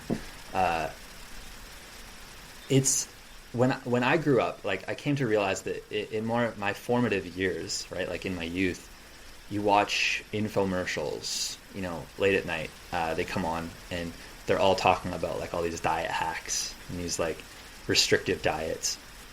And while mine was very related, my eating disorder was very related to climbing and like pushing my climbing at the time, like that's not where it was born, right? It was like, it was conditioning over a very long period of time. And like there were individual comments that sort of like reinforced that, but like we do need to be careful to say that like it's not climbing specifically that like does this to any individual person, but it's like it's the entire system is dedicated to like making you smaller and like diminishing your abilities and often like eroding your relationship with your body and your food. And yeah, there are a variety of ways in which this happens, but for me and for I think so many of us, like we don't realize how much of that we're accustomed to and it's normalized. Mm-hmm. Totally. And it's not, I think the thing to read between the lines a little bit, I think something that you're almost saying but not quite saying, so I'll just be really clear about it, is like there's not anything wrong with anyone who winds up going down one of these paths, right? It's not like a sign of weakness or anything like that. Can I ask, like, obviously it was a big system that kind of got you there, and a lot of convoluted factors, but just like, what was that process like for you? Like, did it work for a while? Was it the classic thing where it was like it was working and then you kind of wasn't working, and so you sort of try to squeeze more blood from the stone type deal? Yeah. It took place over such a long time. I'd say like basically from the time that I first started training is like when the talk of getting smaller in relation to performance started creeping up. And I didn't really start to invest a lot of energy and thought into it until probably like the 4 years before COVID. And that's when it got really bad. And yeah, when we talk about body composition, like, you know, there's sides to the spectrum, right? You can be severely underweight, which I was at the end of this process, and you can be very overweight, right, to the point where it's now decreasing your ability to be healthy, to be active. There is a point in the middle there where you can kind of have both, right? You can be like a moderate or like an average body weight and like body fat percentage, and you don't have to be as lean as possible to be healthy. But there was like this tipping point for sure, and engaging those behaviors takes you to that tipping point. But then there's always, especially when you're conditioned to have disordered eating practices, and like your relationship with food becomes like very distorted, and you have like these cognitive distortions that go with it. That tipping point, like once you go over it, it very, very quickly goes downhill. And yeah, you don't know it's coming is the problem. What were those cognitive distortions for you? I assume at some point you sort of realized or had some sort of turning point where you were like, okay, I need to like get out of this. But like, I'm sure it takes you a while to figure out what those things are. But what were they? What was that for you? So something that I come to realize about eating disorders is like, and I think we've all had this experience acutely where we get hangry, right? You've been training, you're in too long of a session, you haven't eaten enough, and you made that mistake for that session, but your mood, like we talked about mood earlier, in terms of like athlete monitoring, your mood goes downhill. Now, with that comes the erosion of your like, you're not lucid necessarily, right? You're not in the moment, you're not intentional. That happens, but on a very large scale. So it's like making mistakes for years, and when you're not eating, you're way more likely to make those mistakes, and you're also way more likely to reinforce those prior biases. And the positives that you take from it are not necessarily what you would normally reinforce. So you learn the wrong lessons. Yeah, so you make correlations, and they're almost, in this case for climbing, they're always related to my performance, right? So if I succeed on a climb, right, I'm going to attribute it to the weight loss. I'm not going to attribute it to like my years of practice before and the correct conditions on that day. It's now about that thing, and you're way more likely to do that if you're not eating enough, because it's a psychological condition, right? It's called like psychological fixation, right? So you fixate on one thing because you only have the capacity, like the psychological capacity to focus on that thing. If you tried to focus on like zoom out, you like wouldn't have the capacity to do it because like your brain doesn't have the fuel to do it in a lot of cases. So you focus to hone in to tunnel vision. Yeah, it really is like polluted thinking. It's like you can't have any other perspective because the film is like over your eyes. It's like you're wearing blinders or goggles or something like that. Yeah, and that's why it's really important to have these conversations, because the community at large, when they're aware of that, right, they can like act as a bit of like an athlete monitoring, like a check-in system, like the community, the support network that you have is really like what's going to keep you out of what happened to me, right? Yeah. How did you get out of it? So I kind of got out of it by myself. So like I say that like it's really important to have this support network, but it revolved around one trip. So right before I went to Roy, New Mexico, which you're aware of. For people that don't know, like it's a beautiful sandstone area in New Mexico. It's got some of the coolest climbing I've seen in many places. But go there, I go with a group of friends. It's like right before lockdowns. We didn't know that we were going to get like the border was going to close, or that it was really, really, really bad. So we went on this trip. We had it planned. And right before we went on that trip, I got some like pretty severe GI distress.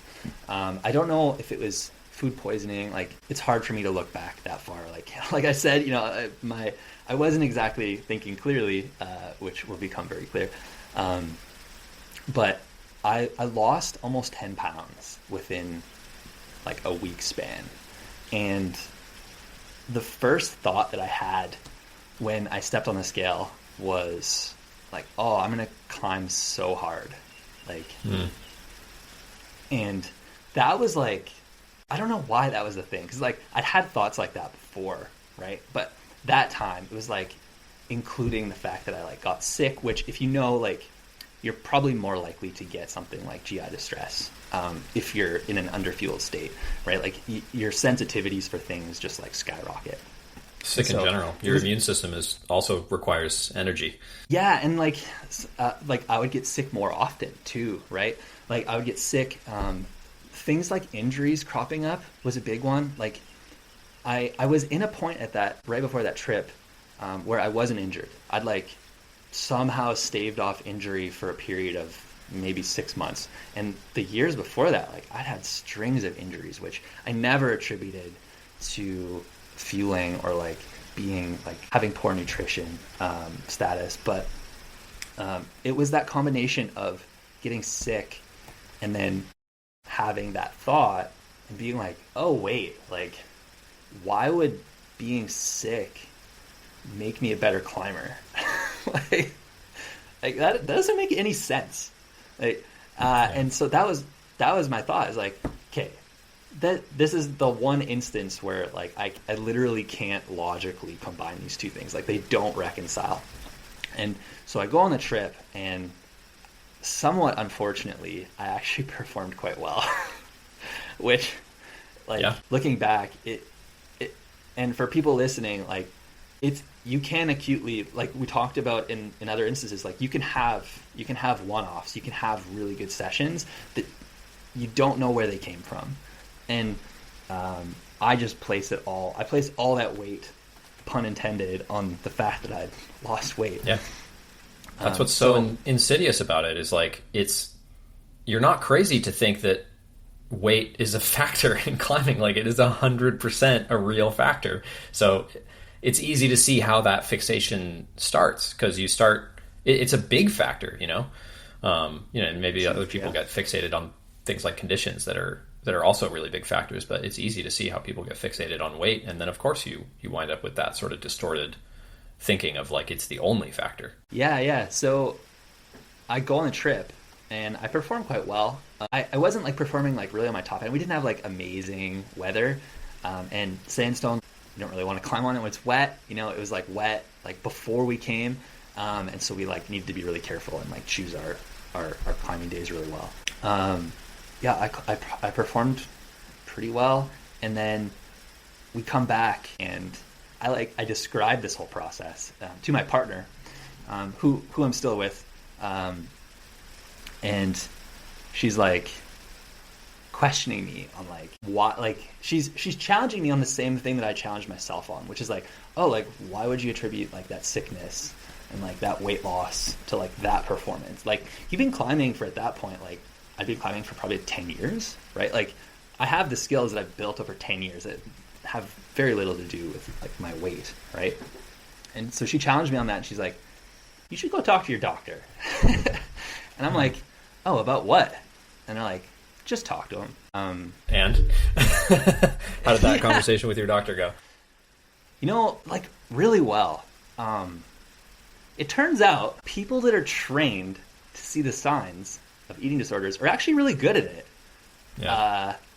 Shocking, I know, right? It was so when we were in Edmonton, getting a family physician was relatively difficult for us when we first moved up there. For anyone that doesn't know, in Canada, and I'm sure the US too, like there's a shortage of family physicians. And so you have to like sign up, you have to do like a meet and greet and like make sure they have enough like time to like care for your needs as a patient. And so I just like randomly went into this clinic. And this is like after I'd had this conversation with my partner, which is a really difficult conversation, but I digress. So we go, he's a new doctor to me, and he's like this quirky South African man who's like 5 feet tall, and it's COVID. So he's got one of these, like, I don't know if you've ever seen people, they have these masks, but it's clear at the mouth. And so you can really see like his delivery and like his like intonation in a way that you wouldn't with like a standard mask. And I actually like, I really appreciate that because he came off so differently than I think if he'd just been like fully masked, which is like, yeah. And so he's a new doctor to me. I'd gone in the weeks prior and I got like my physical, which is like part of like becoming their patient. And I'm just like talking to him. He's like, sounds like you might want to see a dietitian. I'm like, what? Like, what would a dietitian do for me? And he's like, well, here are some things that I'm noticing. And he starts like listing, the things off of the pamphlet for like, hey, if you had like a pamphlet and it said, do you think you have an eating disorder? And he doesn't have that pamphlet, but he's just like listing off like the signs from, and I'm like, oh, okay. And so I'm like, I think you might have a problem here, doc. Yeah. I talked to Ed Marissa Michael on the show, like prominent climbing dietitian and nutritionist. And I think when we had this conversation, we had like so many recording problems with that episode. So I don't think this actually made it in the show, but at some point we were talking about like red flags for eating disorders and how like if you went into a climbing gym and you say like, you just ask someone like, do you think, what percentage chance do you think there is that you have an eating disorder? Like the vast majority of people would be like, no.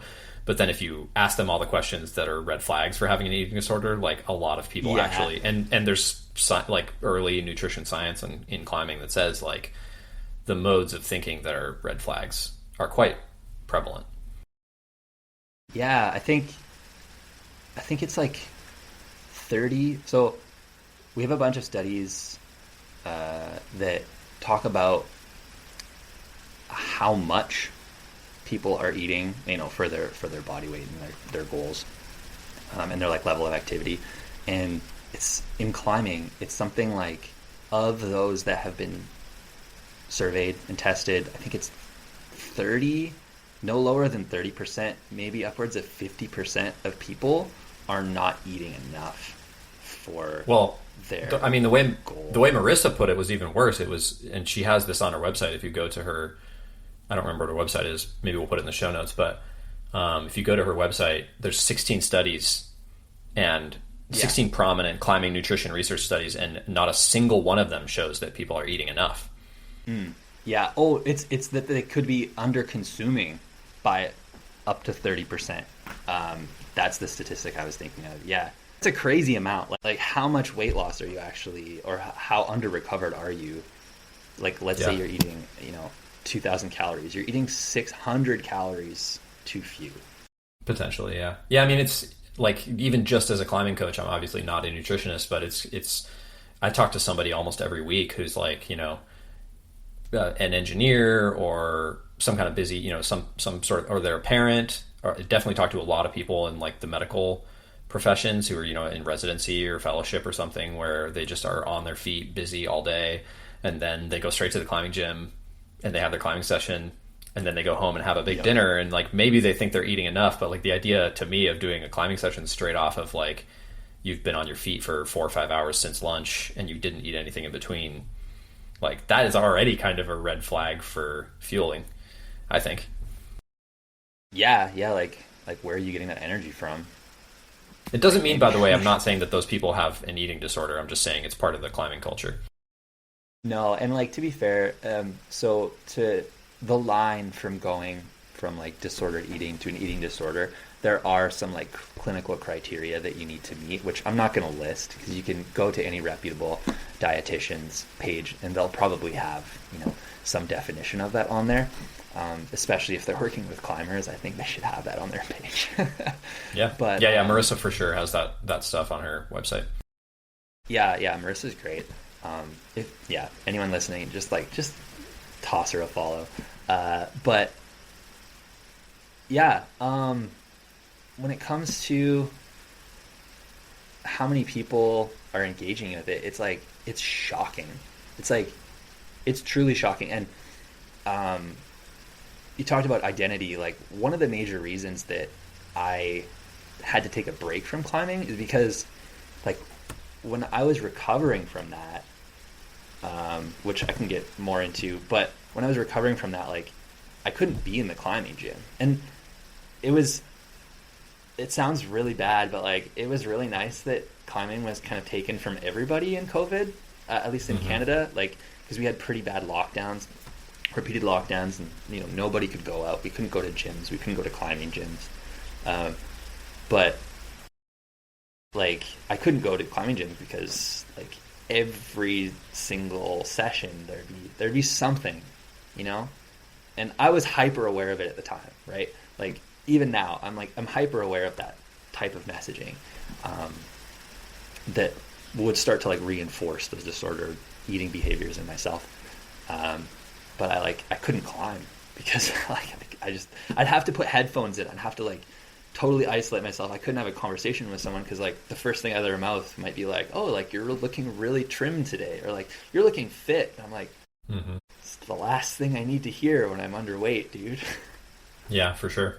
I mean, I think and this is a really hard thing. It's something that I struggle with too, but I think I've just landed on, like, you just don't ever comment on anybody else's body. Like, there's really no reason to bring it up, whether you think they look good or bad.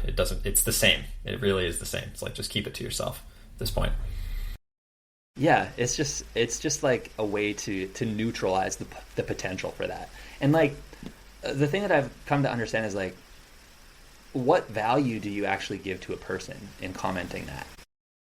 We're our own biggest critics. I think we're all very aware of how we look, and it doesn't need to be reinforced by someone else. Yeah. I don't know well, that it does. It doesn't take much, because we're our own harshest critics, and, like, we're going to it's like, again, it goes back to that, like, we have the goggles on, like, thing. It's like, whatever they say is going to be pivoted or twisted by our brain to, like, fit the narrative that our own ego has, like, sort of established for us. Like, I'm someone who has a really hard time putting on muscle, and so I really want to put on muscle. I want to turn, I've said this, I want to turn 40 being the most jacked version of myself. Like, so far so good, and I'm sure when I get there I'm going to be like, I want to turn 50 being the most jacked version of myself, and just keep going. And, like, even knowing that, and maybe people would know me and they would know that I want that, but it's like, if they see a climbing video of me with my shirt off and they're like, "Wow, dude, you look so jacked," it's, number one, my immediate thought is going to be like, "No, I don't." And number two, even if I did agree with them, or I took it as, like, a compliment, I'm going to think about that comment later when I don't feel like I look jacked, and I'm going to, like, then use that time or that climb as, like, a totally unfair, like, high bar for myself that I have to clear, right? It's just, there's almost nothing positive really that comes of it, even though it's probably comes from a positive place. Yeah. You're familiar with the effectiveness of, like, a placebo versus a nocebo, right?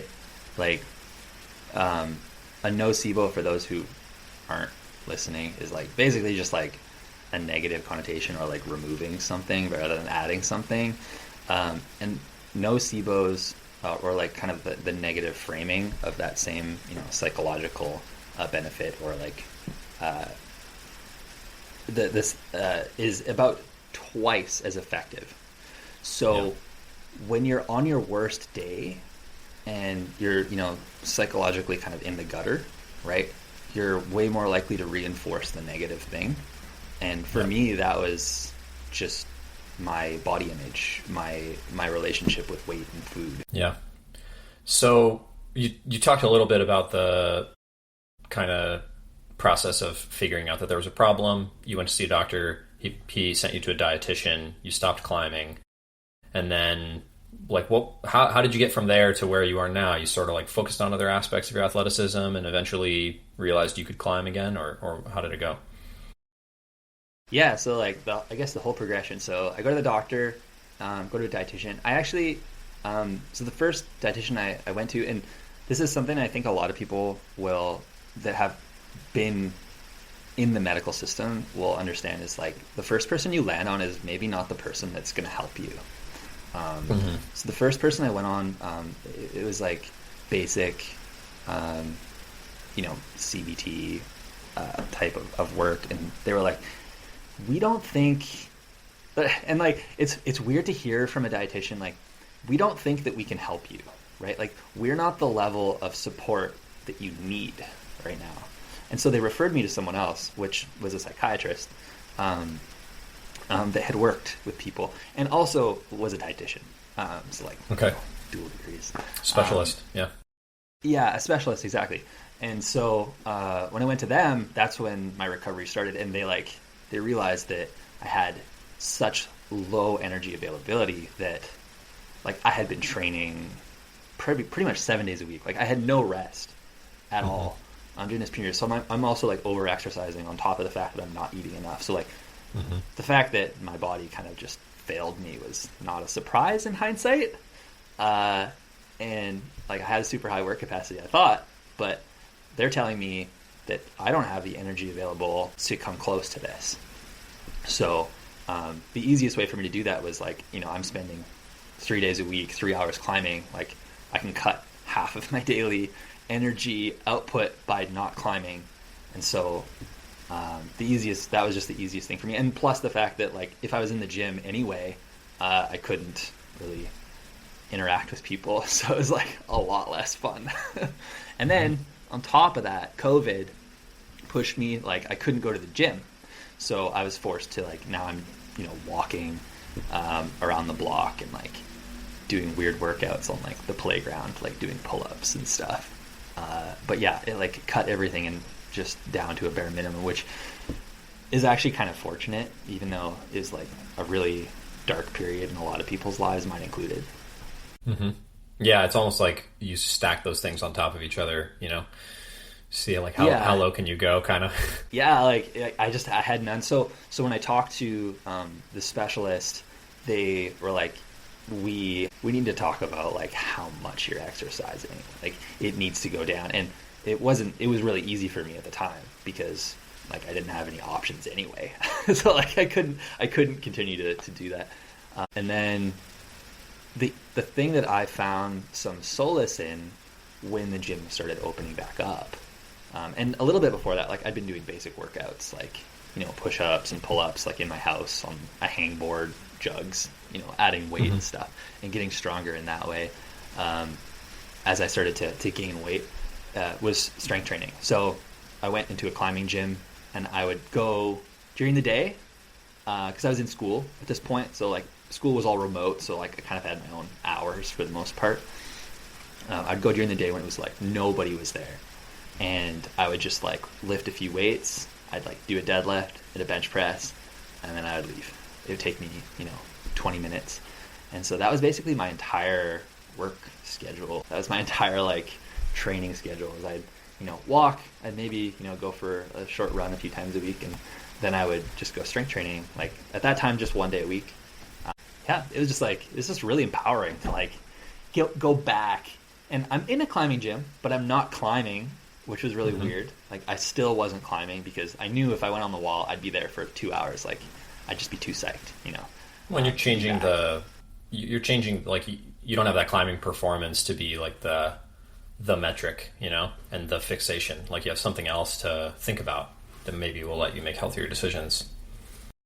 Yeah, and like logically, I knew that those skills that I developed over the 10 years previous, they weren't just gonna like go away in a flash. It might feel rusty when I came back, but I knew that if I did a couple simple hangboard workouts and just lifted a few weights, like it's probably gonna be fine. You'll hang on to most of it. Yeah, and so that's when I started getting into strength training, and that's what spurred my going back to school. Really, is like the fact that I was like, oh, I kind of need to learn this. This is empowering. I'm doing some things like I was always scared of a deadlift. And so the first thing that I picked, I was like, this is going to be my thing.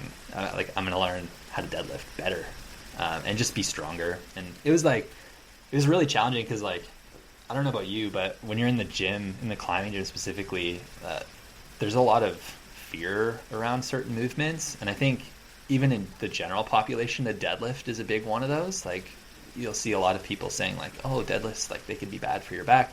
And in climbing, it's like, not only that, but a lot of people are also unfamiliar with lifting. So it's like, it's amplified. And so for me to choose that thing that like challenges both of those fronts was something that I wanted to undertake during that process. And like, I mean, basically prove to myself that, sorry. Please continue your thought. I didn't mean to interrupt you. No worries. I just proved to myself that like, you know, I was like a resilient human, and I was like capable of like recovering and getting stronger, even though I was recovering from this eating disorder. Yeah. I was just gonna foolishly interject to say, I've even met people who like they think, I don't know why, but they think the deadlift, the dead part of deadlift, is like something to do with, you know what I mean? Like skull like crushers. A cadaver spine. Well, like skull crushers sound like an exercise where you're going to crush your skull, and it makes sense when you see the exercise because it looks like something that could actually happen. So I think people are just like deadlift, right. Like you. Maybe it kills you. I don't know. Like, but it's because the weight is at a dead stop when you start. It's not like it doesn't have anything to do with death. And one of the reasons that I really liked the deadlift too is of the lifts, it's the one where you can just let go. Like if you feel weird, you can literally just walk away. Like there's no problem. You don't have to grind through a rep. You don't have to like do anything weird. You can just let go of the bar and just like chill. It's like, I mean, I don't want to change topics back to what we were talking about, but it's like objectively way, way safer to fail a deadlift than it is to fail like a hard boulder problem. Yeah. Like especially if you're on a high ball, like in Roy, New Mexico, and you're like, oh yeah, I'm just gonna blow this like 28-foot mantle at the top. Like there's consequences. So you talked a lot about like the exercise focus, the kind of like fixation on performance that you had and how you worked to like improve that relationship that you had with it. But did you change, I assume you changed the way you were eating too? Yeah. I mean, starting with the fact I was eating at all. Yeah. Started eating. Yeah. I guess I could talk about like the eating habits that started that whole process. In like the trendy diets, you'll see the subset of what I would consider and what a lot of dietitians will say is like restrictive diets, right? So that's practices that like in themselves might not necessarily be particularly bad, but if you do them long enough and you start to shift them into the more extreme versions of themselves, which you can do with anything, but these are more likely, they become very bad very quickly. And for me, that was intermittent fasting. So for anyone that's not familiar, you just like don't eat for long periods of time, and then you eat during a window. And for me, I just continually shortened that window over a period of time until it became essentially no window at all, and also no food in that window. Yeah. But yeah, like when I came back, my eating habits had to change pretty significantly. The things that I focused on were just like you'd get from your dietitian, you'd get like a plate, right? It's like you want to have 50% vegetables, you want to have some like proteins on this like 25%, and ideally you want, some whole foods. You don't want to be like, the carbs part isn't like 4 Mars bars. It's like, some rice or like that's some my noodles diet or something like that. Yeah. And it's just like a basic plate. And at that time, they told me like right out of the get-go, they're like, you're really underweight. The thing that you can't do is step on a scale, because you're so underweight. You're going to see that number and it's going to rise so quickly to what is a normal body weight for your height, which I'm 6'1". Like, I'm not a small human being. I'm not gonna have a low weight, right? I'm above average in height. I'm probably gonna be above average from the average person in weight at like a normal body composition. So I need to like basically throw away my scale. So like we had a couple things in storage in like my brother-in-law's garage, and I just took the scale and I just left it there. And yeah, eating, like I didn't really track my food that much. But what I did do is I made sure that I ate enough protein first and foremost. And the thing that surprised me, which like now that I know more about nutrition, is no surprise to anybody that's seeking performance or just like general health, is like how many carbs I had to eat. And they said the reason for that was because my energy was like, my availability was so low. Like my baseline, my like glycogen levels were just like non-existent. Like I don't know where I was getting energy from at that point, but they're like, you need to eat enough carbs. And if you're more active, you need to eat a little bit more. That's basically it. So I tracked those two things. I didn't care about like the overall caloric intake, and I didn't track anything. I just was like, I'm making sure I'm getting these servings of these things throughout the day, and anything else is just whatever. And you can only eat so much, right? Like you can only eat so many vegetables before you're like, oh, I'm just like so full and I feel like crap. So it does kind of like auto-regulate to a degree, but I was definitely eating more than I like would now at maintenance. Okay. That makes sense. You're gaining at that point. Yeah, and it was like the approach that the dietitian took was what I would consider, or what would be referred to as like intuitive eating. So you're I'm taking a lot of notes with my food. I'm thinking about like which foods are more satiating than other foods, and just like being really intentional with how I eat and how I like understand my relationship with food. More importantly, like not necessarily like the food itself or like the intake or the quantity, but like how does this food like make me feel? And naturally, if you eat enough carbs and you eat enough protein, you start feeling really, really good.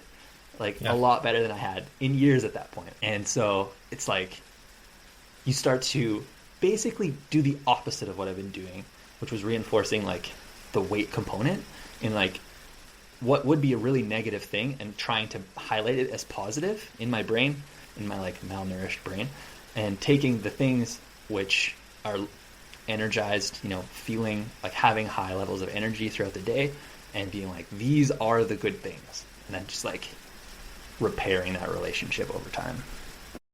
Yeah. During like the depths when you're like at your lowest point, were you still thinking like about climbing hard? You know what I mean? Was that like still a deep part of your identity? Like I'm gonna get out of this hole so that I can climb such and such a problem or grade or whatever? Yeah, they came in. I think anybody that has had the intention to climb hard, like that doesn't go away. Like it might become like less frequent. And like somebody who really wants to climb hard, like it's going to be really, really frequent for them. It became a lot less frequent for me. And something that actually helped was like, once I became aware that I had an eating disorder and I went to the gym and people were like triggering me with the things that they would say and like reinforcing like how I looked, I just got kind of pissed off. And so for me, like that just, it removed, I was like, oh, well, I'm not going to climb hard, at least not right now, because I like can't go to a climbing gym because anytime I talk to somebody, they're like triggering me. So I didn't think about it all that much. And that did lead to like not thinking about it for at least probably a couple of years. Like I still wanted to go back to climbing. I knew that it was a huge part of my life and it like always would be, but the performance was definitely sidelined.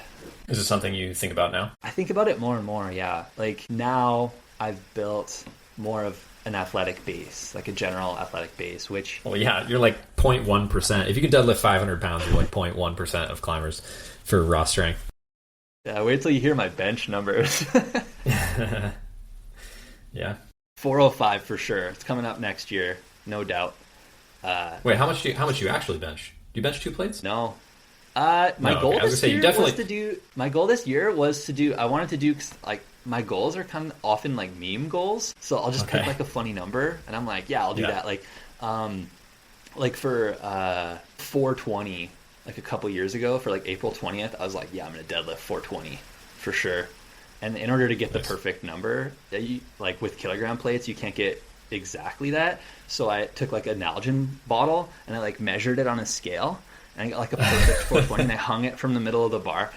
And nice. And then for like, I wanted to do all of the green plates on the Olympic lifting side of the gym, which was 200 kilograms for St. Patrick's Day. So I put like basically 8 green plates on each side, and like held them on with like the green band for St. Patrick's Day, which is super funny. I have a video of that I should post at some point.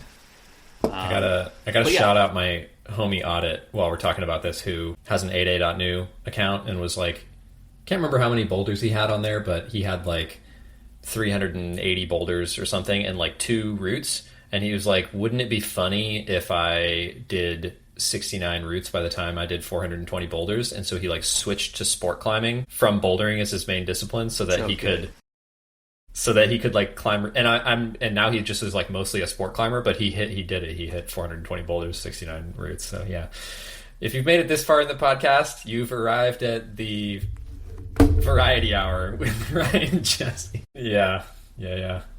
Well, thanks, man. Thanks for sharing all that personal stuff. Yeah. I'm sure it brings up memories and stuff like that. And so I appreciate it, and I'm sure the audience appreciates it. Yeah. The cool thing about getting stronger is those meme goals start to become like, you start to get fun. Like the goals get fun instead of just like grinds. Like, cause you realize that, it's actually possible to do that. It's going to build my base. It works towards all my other performance goals, and I'm strong enough to just like do it. Yeah. I mean, there's something, it's almost like dangerous in a way for my training, because I'm like not the most robust person, but there's something that I've learned in the weight room that says something about who I am as a climber, that like I'm attracted to the idea of like benching and deadlifting and squatting heavier, but I'm not naturally good at those things, and they don't come easily to me. They don't come quickly. But like doing some kind of ego lift or like different move, and just, or often like flexibility oriented thing, and just seeing like how far I can go with those things, like I don't know, I can't help it. I just can't help but like push myself with those things. Like, I used to do candlestick squats to warm up all the time. It's like really good like ankle and hip flexibility, and actually shoulder flexibility movement, where you like hold a plate flat above your head with your arms straight. And I don't know, I did them for the first time in a while, like last year or something, and I was like, I bet I could do a plate, like a 45-pound plate with this, and I did it. But it's just like, wow, I could have easily hurt myself. I don't know why I'm so obsessed with doing these kind of things, The other day, I was doing some sit-ups, and I was doing the loaded sit-ups where you like hold the plate, on your chest or near your forehead in a decline bench. And I was like, I think I could just do like 2 plates. I think I'm going to try for like 40 kilograms. I did one sit-up. How do you hold 2 plates at the same time? Just like I have big hands, so I'm just like squeezing them together, which I guess is probably like in itself its own little it's kind of an exercise, goal. Yeah. But like getting them on, it was very like Alec Blennis of me. Like just the setup alone was probably harder than the actual exercise. But like, yeah, just like being able to do that, I was like, I think I can do that. Like I can do it like a whole bunch with like 1 plate. Like, why couldn't I do 2? And yeah, it's very empowering. It's like, it's playful. I think the gym is more playful than a lot of people would ascribe to it. Can be, for sure. That's why I was drawn to it. It's like an exploration more than like the means to an end. Yeah. Cool. Why don't you give us your little spiel about who you work with, and because you are a coach, which we've talked about a few times. But yeah, tell people where they can find you and who you work with and all that stuff. Sure. I'll spell my whole name out. Ryan Frecka. That's last name, Frecka. You can find me on Instagram at rfrecka. So that's my first name and then our first initial and last name, and then just freckafitness.com. Yeah. Yep. Great memes on that account. If you enjoy my memes, you'll enjoy Ryan's memes, I'm sure. Anything else you want to leave people with, Ryan? We didn't really touch on the aging climbers, but I think the people that benefit most from it are the people that aren't doing it. Yeah. I'll have you back on, and we can cover some of the other stuff that we didn't get to. Okay. Cool. Yeah. Thanks, man. Thanks for having me. I appreciate the opportunity. Share some of those personal stories. It means a lot to be able to talk to that in a very inclusive atmosphere. Yeah. Thanks for showing up and pounding an energy drink despite your insect riddled sleep patterns.